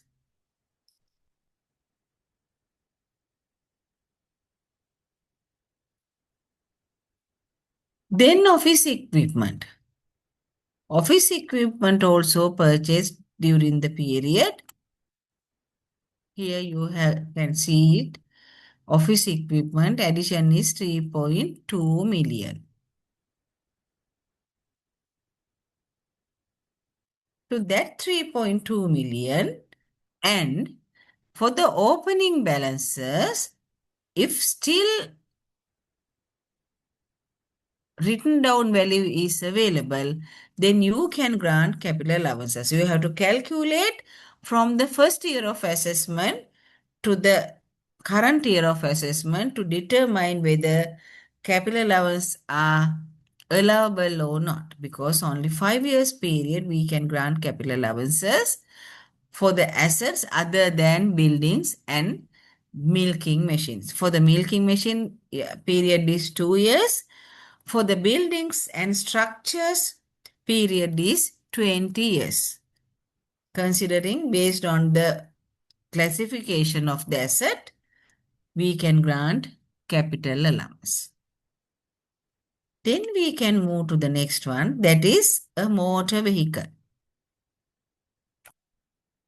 We can go to the balance sheet. It says motor vehicles, opening balance is 16 million. During the year of assessments, motor vehicle worth of 6 million has been purchased. In addition to that, motor vehicles worth of 6 million has been sold, disposed. That means for the motor vehicle sold during the period should be considered to calculate profit or loss from a depreciable asset. I think you can remember under section 6, subsection 2, if there is a gain on realization of a depreciable asset, it is a part of the business income. If it is a loss, under section 16, we can deduct. So, if we have to calculate whether this is a gain or a loss, then we can go to the description or the note. It says like this: a motor lorry which was acquired during the year of assessment 21-22. So which one? Last one. There is a lorry purchased during the year of assessment 21-22. Has been disposed or sold on 24th June 1st. That means during the year of assessment 24-25. And a new motor lorry has been purchased for 7 million. So it is mentioned in this table. On 12/12/2024 for the same purpose. Profit on disposal of lorry included in the accounting profit rupees 1.8 million. That means after selling this lorry, there is an accounting profit. Accounting profit means according to the according to the accounting standards, there is a profit. The value of this profit is 1.8 million. So for the taxation, we cannot consider that profit as an income, as a part of the business income. We have to calculate profit in accordance with the tax law. So it is a separate thing. Separately, we have to calculate it. Sometimes this kind of profits are included in the business income in the accounting standards. So when we are calculating the tax liability, we have to deduct that gain from the book profit to be determined profit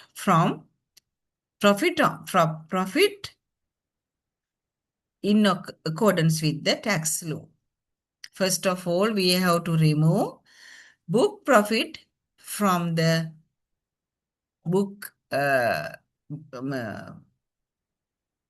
profit on sale of any fixed asset from the book profit. After that, we have to separately calculate the gain or loss according to the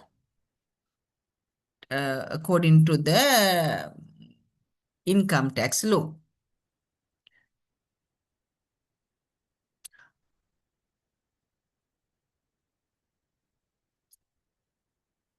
පුළුවන් නම් මේක පොඩි මේක share වෙලා තියෙන බලන්න පුළුවන් නම් හොඳයි බලන්න බැරි නම් මොකද අපිට ගාන තියෙන වෙනම උත්තරේ තියෙන තව තැනක ගාන බලනකොට උත්තරේ පේන්නේ නැහැ උත්තරේ බලනකොට ගාන පේන්නේ නැහැ. ඒ නිසා චුට්ටක් අමාරුයි ඔයගලන්ට මේක හදාගන්න. එතකොට මෙහෙම දෙයක් තියෙනවා. ඊට පස්සේ when we are calculating the book profit,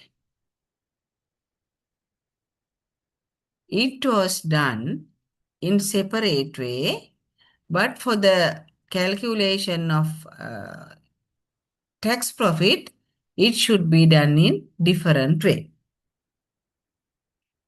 Then computers purchased in the year of assessment 1819 have been removed. That means there is a computer purchased in the year of assessment 1819.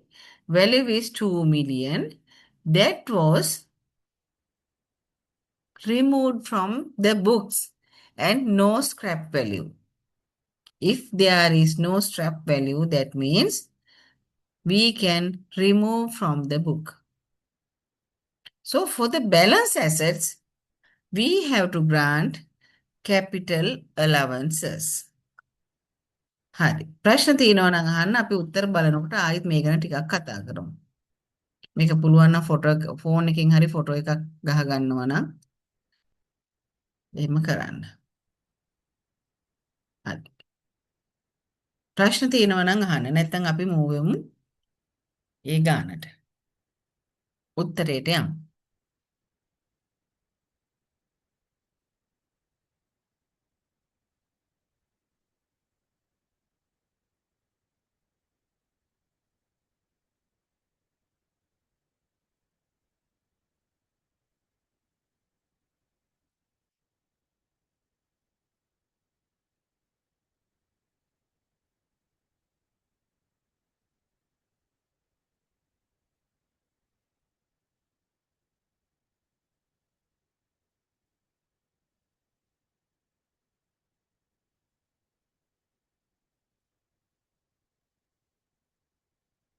Okay. This is the answer for the capital allowances. For the question of capital allowance.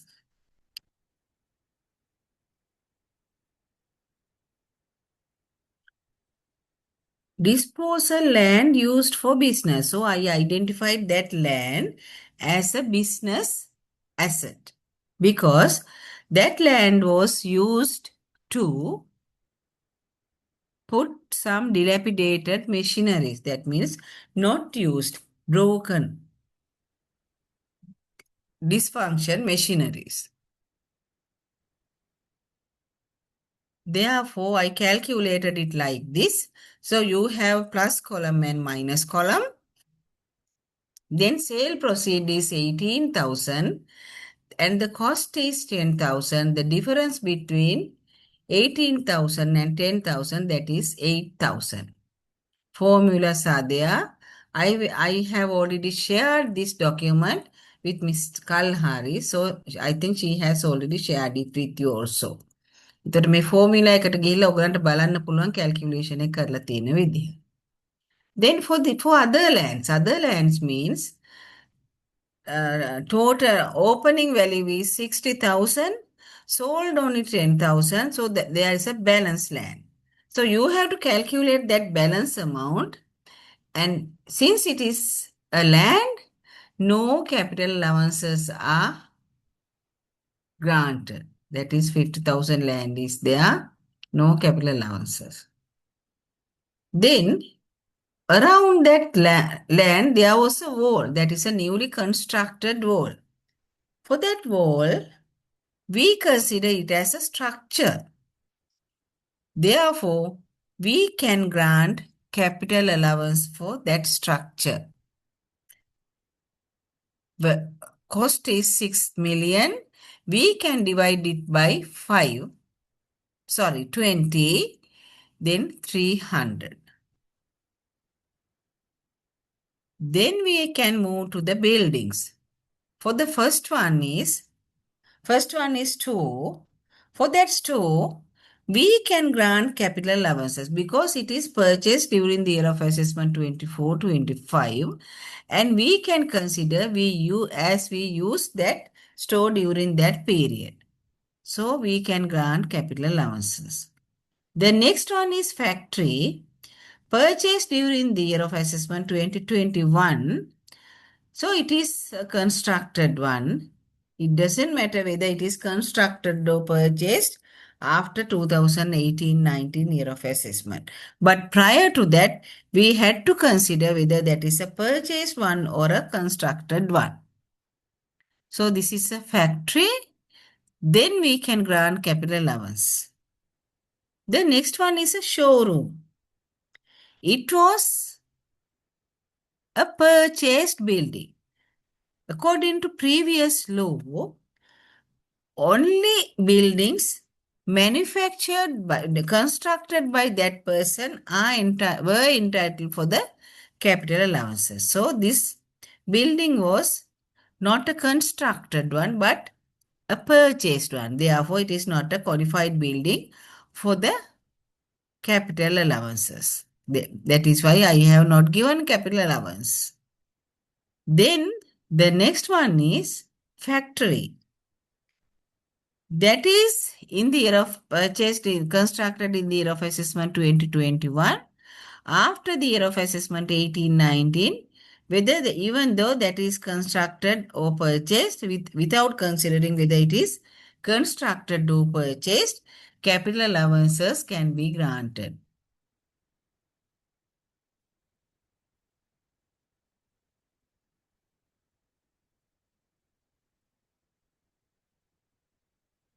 Capital allowance is given to the asset or the user. Capital allowance is given to the asset or to the user. Capital allowance is given to the user means to the taxpayer based on the type of the asset. Based on the type of the asset, but the benefit is taken by the user because when we are calculating his tax liability, he can deduct qualifying payments to the asset he is on.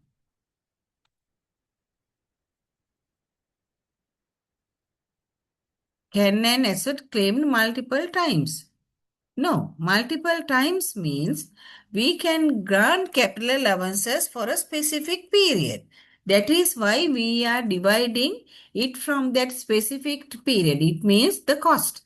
Cost of the cost of the asset can be divided by that specific period to grant capital allowances for that specific period. Understood? Capital allowances are that deduction is entitled for the person. Deductions are entitled for the person. That deduction is granted based on the cost of that asset. Based on the cost of an asset and the type of an asset.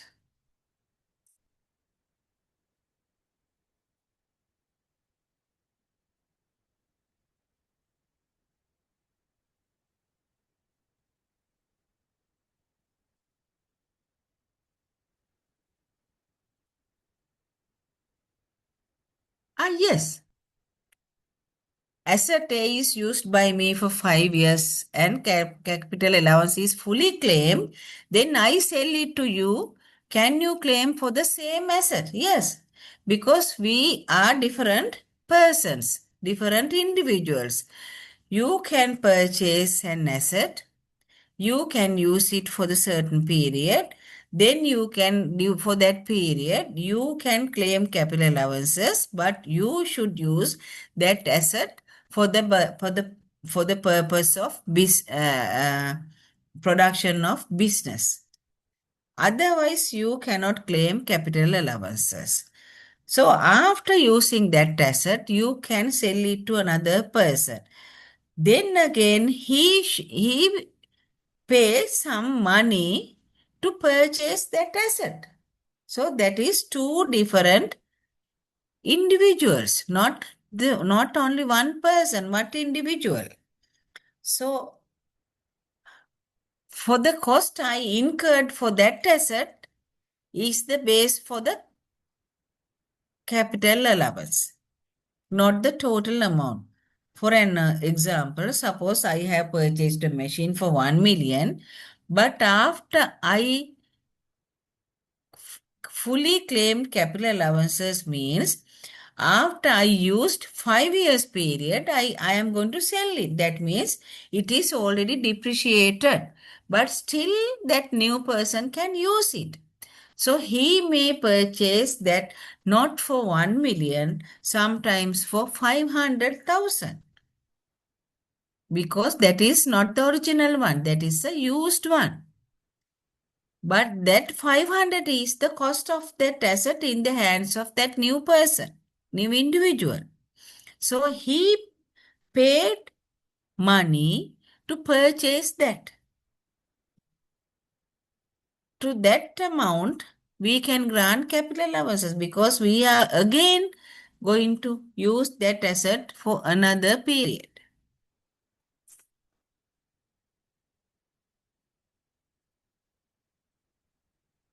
Then MD's bungalow is not a is not used for the purpose of business. So because of that, we are not going to grant capital allowances for it. Then for the office building, we can grant capital allowances because it is and constructed prior to 2018-19 year of assessment. Therefore, qualifying payments, capital allowances can be granted. Applicable rate is 6.6%. This is the rate applied for the previous periods.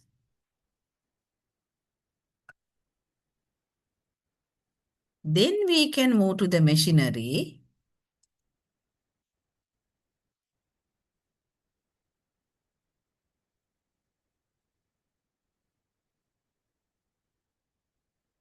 Then we can move to the machinery that he imported a machinery for 3.8 million during the year of assessment 24-25. After that, he incurred another expenses until installing that asset. That is, amount is 700,000. That 700,000 also a part of the asset. Therefore, the cost of the asset is not only that 3.8 million, but we have to include another 700,000. That is 450,000. For that 4.5 million, capital allowances can be granted for 5 years. Then I think you can remember during that period, total machine value is 8.2 million. 8.2 million means imported machines value includes 3.8 million. We can remove that amount from that 8.2 million to be determined the cost of the balance machines purchased during the period, that is 4.4 million. To that amount also we have to grant capital allowances. Then there is another machine purchased during the year of assessment 2021. Still period is there, so capital allowances can be granted. But there is a machine purchased in the year of assessment 18-19 that is for 5 million.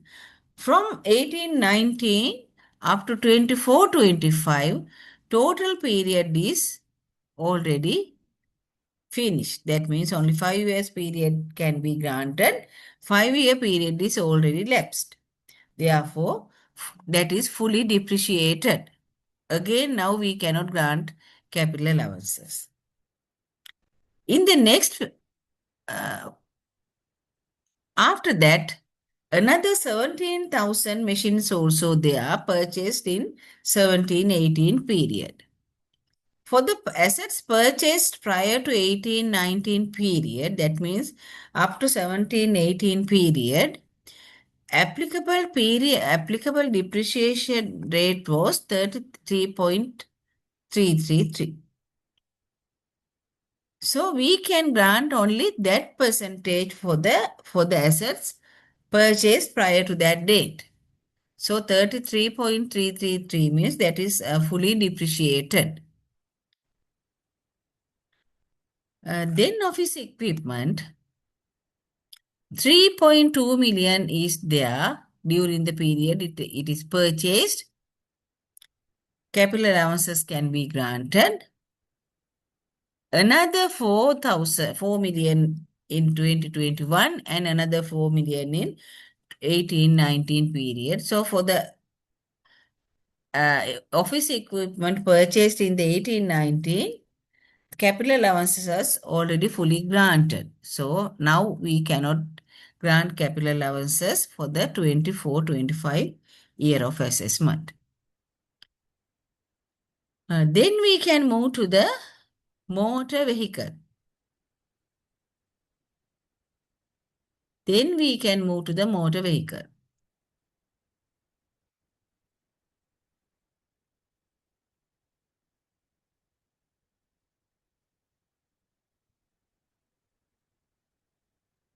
No. There is a question, if the director uses the company car for both company purposes and private purposes, even though that motor car is exclusively used for the business purposes, cars are not entitled for the capital allowances. If you read Schedule 4 of that, it is specifically mentioned that vehicles used for the traveling purposes are not entitled for the deduction of capital allowances. Car වලට capital allowances දෙන්න බෑ. Car විතරක් නෙවෙයි traveling purpose පාවිච්චි කරන වාහන වලට දෙන්න බෑ. So ඒ නිසා when we are granting capital allowances for van, specifically we mentioned that it is used for the transportation, not the traveling but the transportation. Then we can move to the motor vehicle. Motor vehicle වලට ගියාම මතක ඇති motor vehicle additions and disposals තිබුණා. Additions and disposals තිබුණා. So if it is a disposal, separately we have to calculate disposal gain no loss. So here I have calculated disposal gain no loss. For the calculation of disposal gain no loss, what are the two important items, amounts we should know? What are the important amounts we should know to calculate gain no loss? අපි ඕනෑම එකක ලාභය අලාභය ගණනය කරන්න නම් පළවෙනිම අපි දැනගත යුතු ප්‍රධානම දේවල් මොනවාද? ප්‍රධාන දේවල් දෙක. ප්‍රධානම වටිනාකම් දෙක මොනවාද?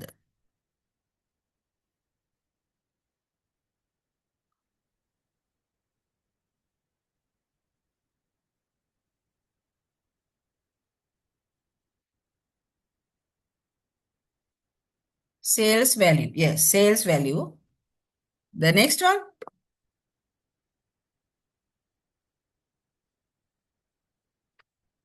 Yes, sales value and the cost. We should know sales value and the cost. If you go to the question, can you find sales value or cost in that question? අපි ඒකට පොඩ්ඩක් ගිහිල්ලා එමුද? හරි. අපි මේකට sales value cost එකයි එකේ තියෙන්න ඕන.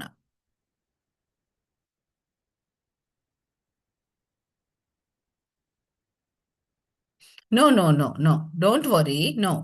මෙච්චර ගැඹුරු දේවල් හෙටට එන්නේ නැහැ. හැබැයි මේක ඔයගොල්ලෝ දැනුවත් වෙන්න ඕනේ. අපිට ලොකු කාලයක් නැති නිසා මම මේ ටිකක් දැන් කරේ. ඒ ගැන බය වෙන්න එපා. හැබැයි කැපිටල් අලවන්සස් වල ඉන්ටෙන්ෂන් එක, ඒකේ රැෂනල් එක ඔයගොල්ලෝ මේකෙන් මතක තියාගන්න.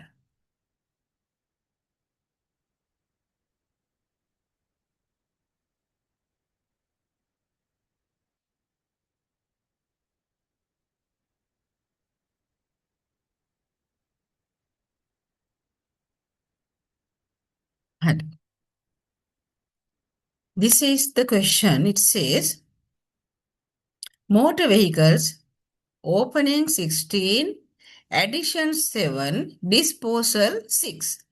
That means cost of the disposed motor vehicle is 6 million. ඒ කියන්නේ මිලියන 6කට ගත්ත වාහනයක් තමයි මේ විකුණලා තියෙන්නේ. Then we know the cost of the sold vehicle. Then what should we know to calculate the gain? එක්කෙනෙක් දාලා තිබුණා sales value එක. Yes, we should know the sales value because we know the cost, but we don't know the sales value. So in addition to that, we know the motor vehicle depreciated amount based on the accounting standards. Depreciated amount අපි දන්නවා. Depreciated amount කියන්නේ මේ වාහනයේ cost එක මිලියන 6යි නම් මේ වාහනය මිලියන 4.5ක් ෂෙයා කරලා නම් අද වෙනකොට මේ වාහනේ වටිනාකම කීයද?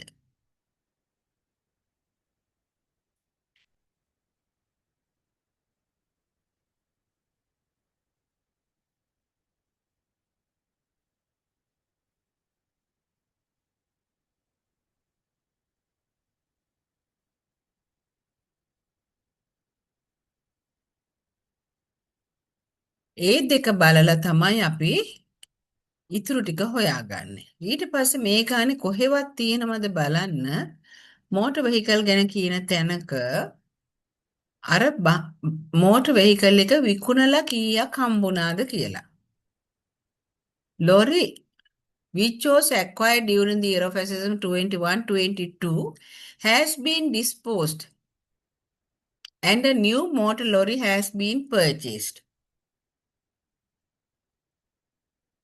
on the same purpose.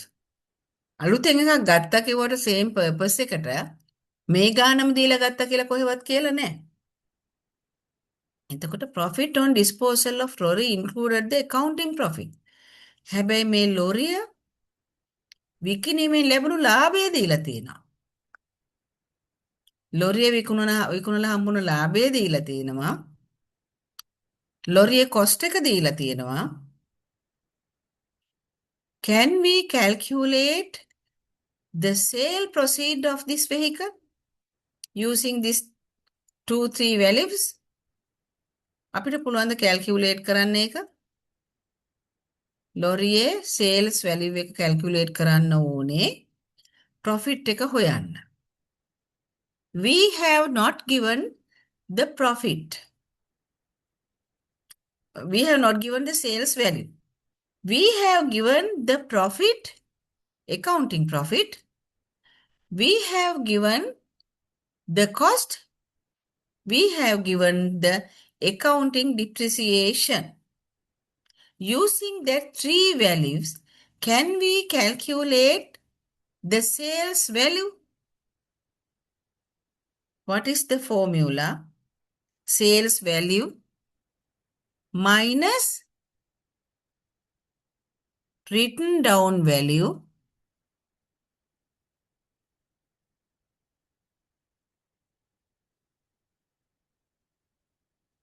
is the profit. Sales value minus written down value is the profit. Or cost minus depreciated amount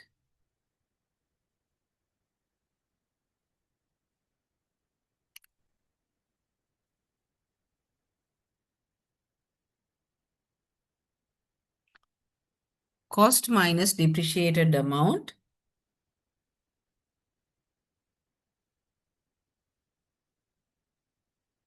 is the written down value.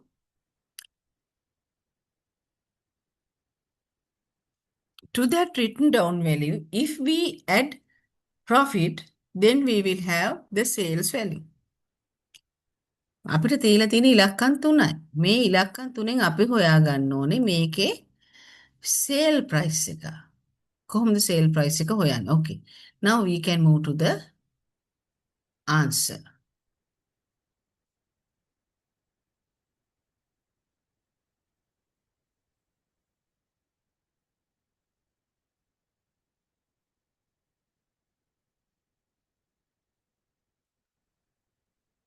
Here we have to create an account, motor vehicle disposal account. In this account, we can put cost. In the next side, we can put depreciated amount. It is given in that table. Then asset disposal profit should be put in the debit side. Then total is 7.8. From that 7.8, we can depreciated amount. Then we can calculate the cash received or consideration. Using this consideration, we can calculate book profit. Now we know the consideration. මොකද මේ consideration එක අපිට දීලා නැහැ. අපි දන්නවා වටිනාකම cost එක කීයද කියලා. මේ cost එකයි අපි මොකක්ද මේකෙන් කියන්නේ? මිලියන 6කට ගත්ත වාහනයක අද වෙනකොට වටිනාකම වෙන්නේ මේ මිලියන 4.5ක් ෂේ කරාම මේ දෙක අතර වෙනස 1.5 million depreciation.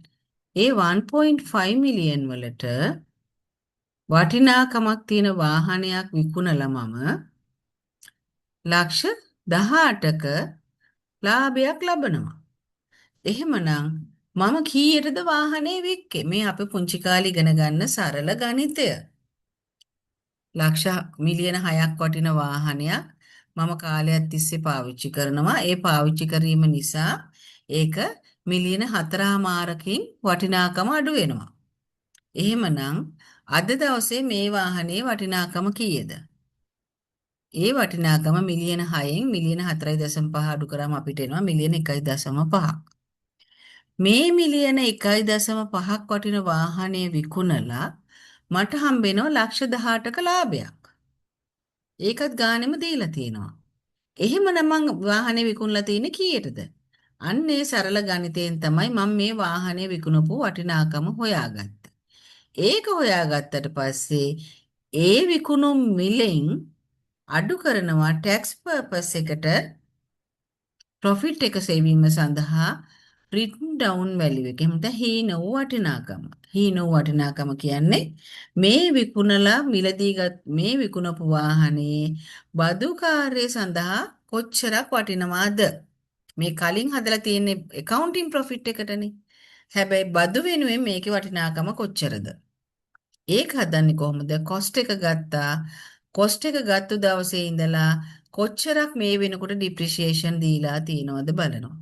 ඒක බලනකොට ඔයගලන්ට මතක ඇති විකුණන අවුරුද්දට ෂෙයා දෙන්නේ නැහැ. විකුණන අවුරුද්දට for the disposal year capital allowances are not granted. Capital allowances are not granted for the asset disposal year. Only to the asset purchased year capital allowances can be granted. මතකයිනේ මිලදී ගත්ත වර්ෂයටම දුන්නා විකුණපු වර්ෂයට දෙන්නේ නැහැ. Therefore we can calculate the period we have already granted capital allowances, that is starting from 21-22 to 23-24.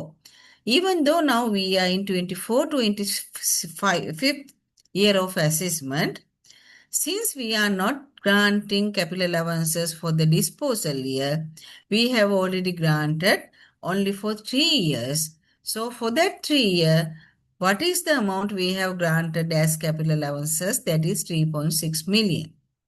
After deducting that 3.6 capital allowances from the cost, we can calculate written down value for the tax purpose. So that is 2.4 million.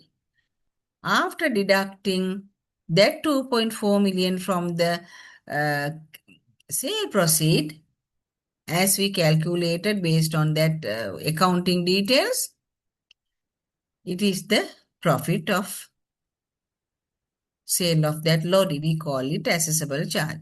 මෙන්න මේ calculation එක තමයි ඔයගලන්ට චුට්ටක් මතක තියාගන්න ඕනේ. කරුණ එක හිට එන්නේ නැහැ. හෙට දීලා නැහැ. හැබැයි මේක අපි ආයි තව ගණක් දෙකක් ඊට අදින් පස්සේ අපි හදන්නේ company tax. ඒක නිසා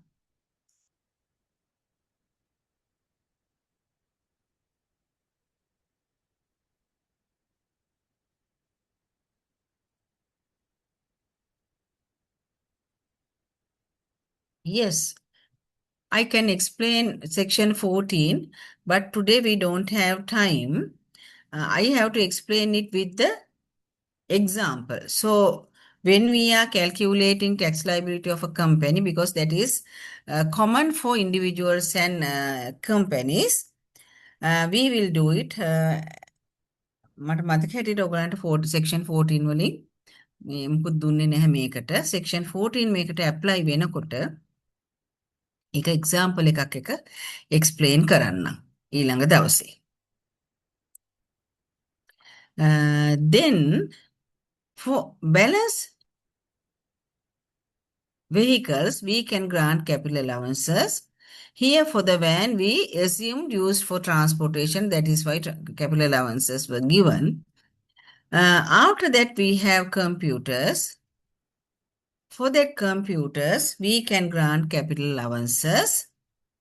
For the software, for the computers, because all these assets were purchased within the 5 years period, therefore capital allowances can be granted.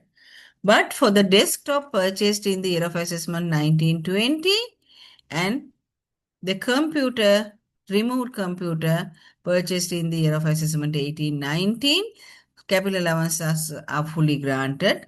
So because of that, after for the removal of the computer, it says no scrap value. No scrap value means after removing when we are removing that computer, no money, no cash involvement. That is why we called it no scrap value. ඔගොල්ලෝ දන්නවනේ scrap value එකක් කියන්නේ මොකක්ද කියලා. අපි computer එකක් මෙතන විකුණලා නෙවෙයි. We removed computer from the books. ඒ කියන්නේ හොඳටම පරණ වුණාම කවුරුත් purchase කරන්නේ නැහැ. නිකම්ම අයින් කරලා දානවා. ඒ අයින් කරපු එකේ අපිට sale procedure එකක් නැහැ. Therefore, we do not consider profit or loss. We call it no profit, no loss. හරි. මේක තමයි මේ tax computation එක ගත්තම ඇත්තට මට ඕනුණා මේකට දාන repair and improvements part එකකුත් නමුත් මට ඒක include කරන්න වෙලාවක් තිබුණේ නැහැ. මම ඒකත් දාලා තව example එකක් අපි හදමු ගණන් හදනවා companies වලට ගාණක් හදන්න ඕනේ. එතකොට බලමු. Okay. Okay. Now if you have questions you can ask. දැන් මොන හරි ප්‍රශ්න තියෙනවා නම් අහන්න. ඊට පස්සේ අපි ක්ලාස් එක නවත්තමු. ප්‍රශ්න තියෙනවා නම් අහන්න. මොකද හෙට එක්සෑම් එකට පොඩ්ඩක් මේ මම මේව දීලා තියෙන නිසා මේ මොනවද answers ඒකත් එක්ක චුට්ටක් බලලා ගැටලු තියෙන තැන් ලියා ගන්න.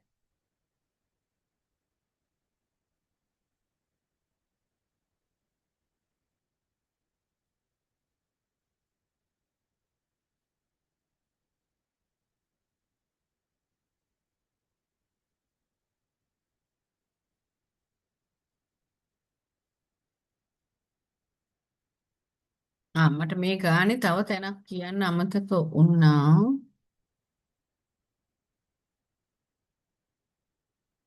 මෙන්න මෙතන. Machineries. Here I have mentioned Here for the new machinery, for the new imported new machinery, uh, this person incurred uh, some expenses, maintenance, clearing, and transportation expenses were incurred. That expenses are already included in the maintenance expenditure account. But we cannot allow that expenditure. We consider that kind of expenditure as a capital nature expenditure. So now it is already included in the maintenance account, and that means when that person's tax calculation, he has already deducted that expenditure in that person's P&L account, profit and loss account. So that is why I have added this 700 here. අපි මේ ගානක භාගයක් නේ හැදුවේ. එතකොට මේ ගානේ අපි හිතුවොත් මේ මෙන්න මේ ලක්ෂ 2යි 3,50,000යි 1,50,000යි 7,00,000 මේ ලක්ෂ 7 කැපිටල් නේචර් වියදමක්. මොකද කැපිටල් ඇසට් එකක් අරන් ඒ ඇසට් එක ඉන්ස්ටෝල් කරන තැන දක්වා මේ දරන වියදම් අපි කැපිටල් ඇසට් එකේ පාර්ට් එකක් විදිහටයි සලකන්නේ. පොඩි පොඩි වියදම් වුණාට. නමුත් මේ ගානේ කියනවා ඒ වියදම් ටික මේන්ටෙනන්ස් කියන normal account එකේ දාලා අඩු කරලා කියලා.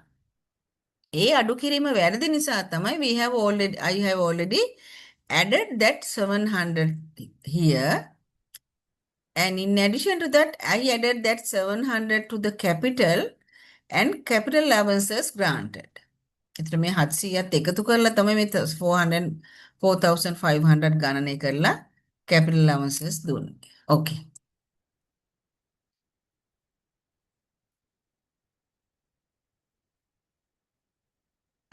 Time. Actually, I think Miss Kalhar will inform you the time.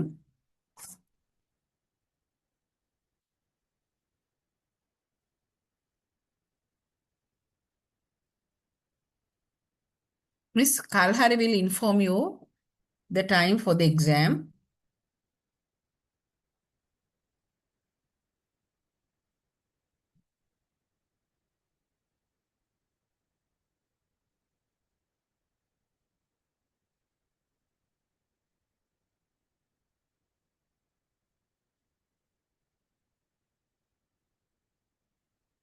Kalhari, මේ කට්ටියට වෙලාව කියන්නේ නා හොඳේ? 10 11 නේ? හරි හරි. හරි. Okay. හරි, okay. Thank you. Okay. Your assignment is from 10 to 11. No, I'm not going to test these capital allowances tomorrow, but small capital allowances calculation is there. It is like not like this capital allowance, but in the calculation, there is a tax calculation which we have done in our previous examples.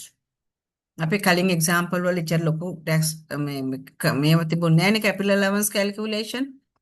ඒ වගේව තියෙනවා. Okay, tomorrow you have from 10 to 11 your assignment you have to done. So without interval we have done our session. So if you don't have questions, we can stop the session because you need time to ready for tomorrow's exam also. So if you have questions, you can ask now. I can give you another few minutes.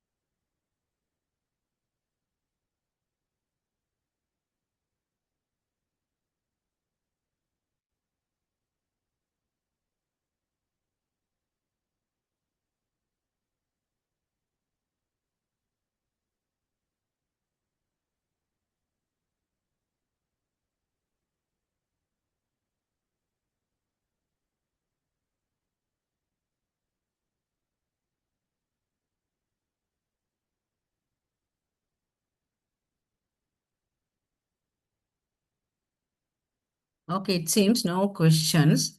So we can stop the session now. එහෙනම් හෙට 10 11ට 10ට 10 ඉඳලා 11 වෙනකම් ඔයගලන්ට උත්තර ලියන්න තියෙනවා. එහෙනම් then all the best to all of you.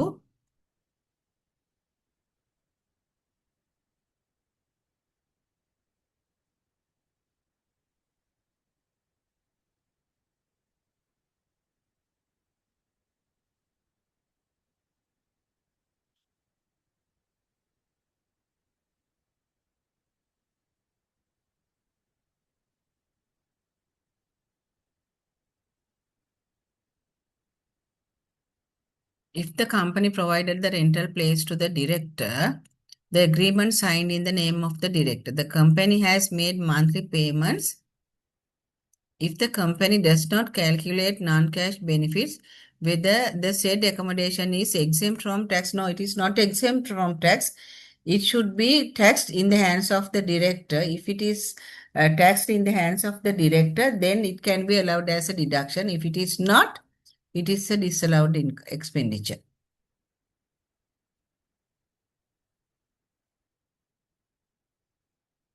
Okay, then good night and all the best. Thank you very much.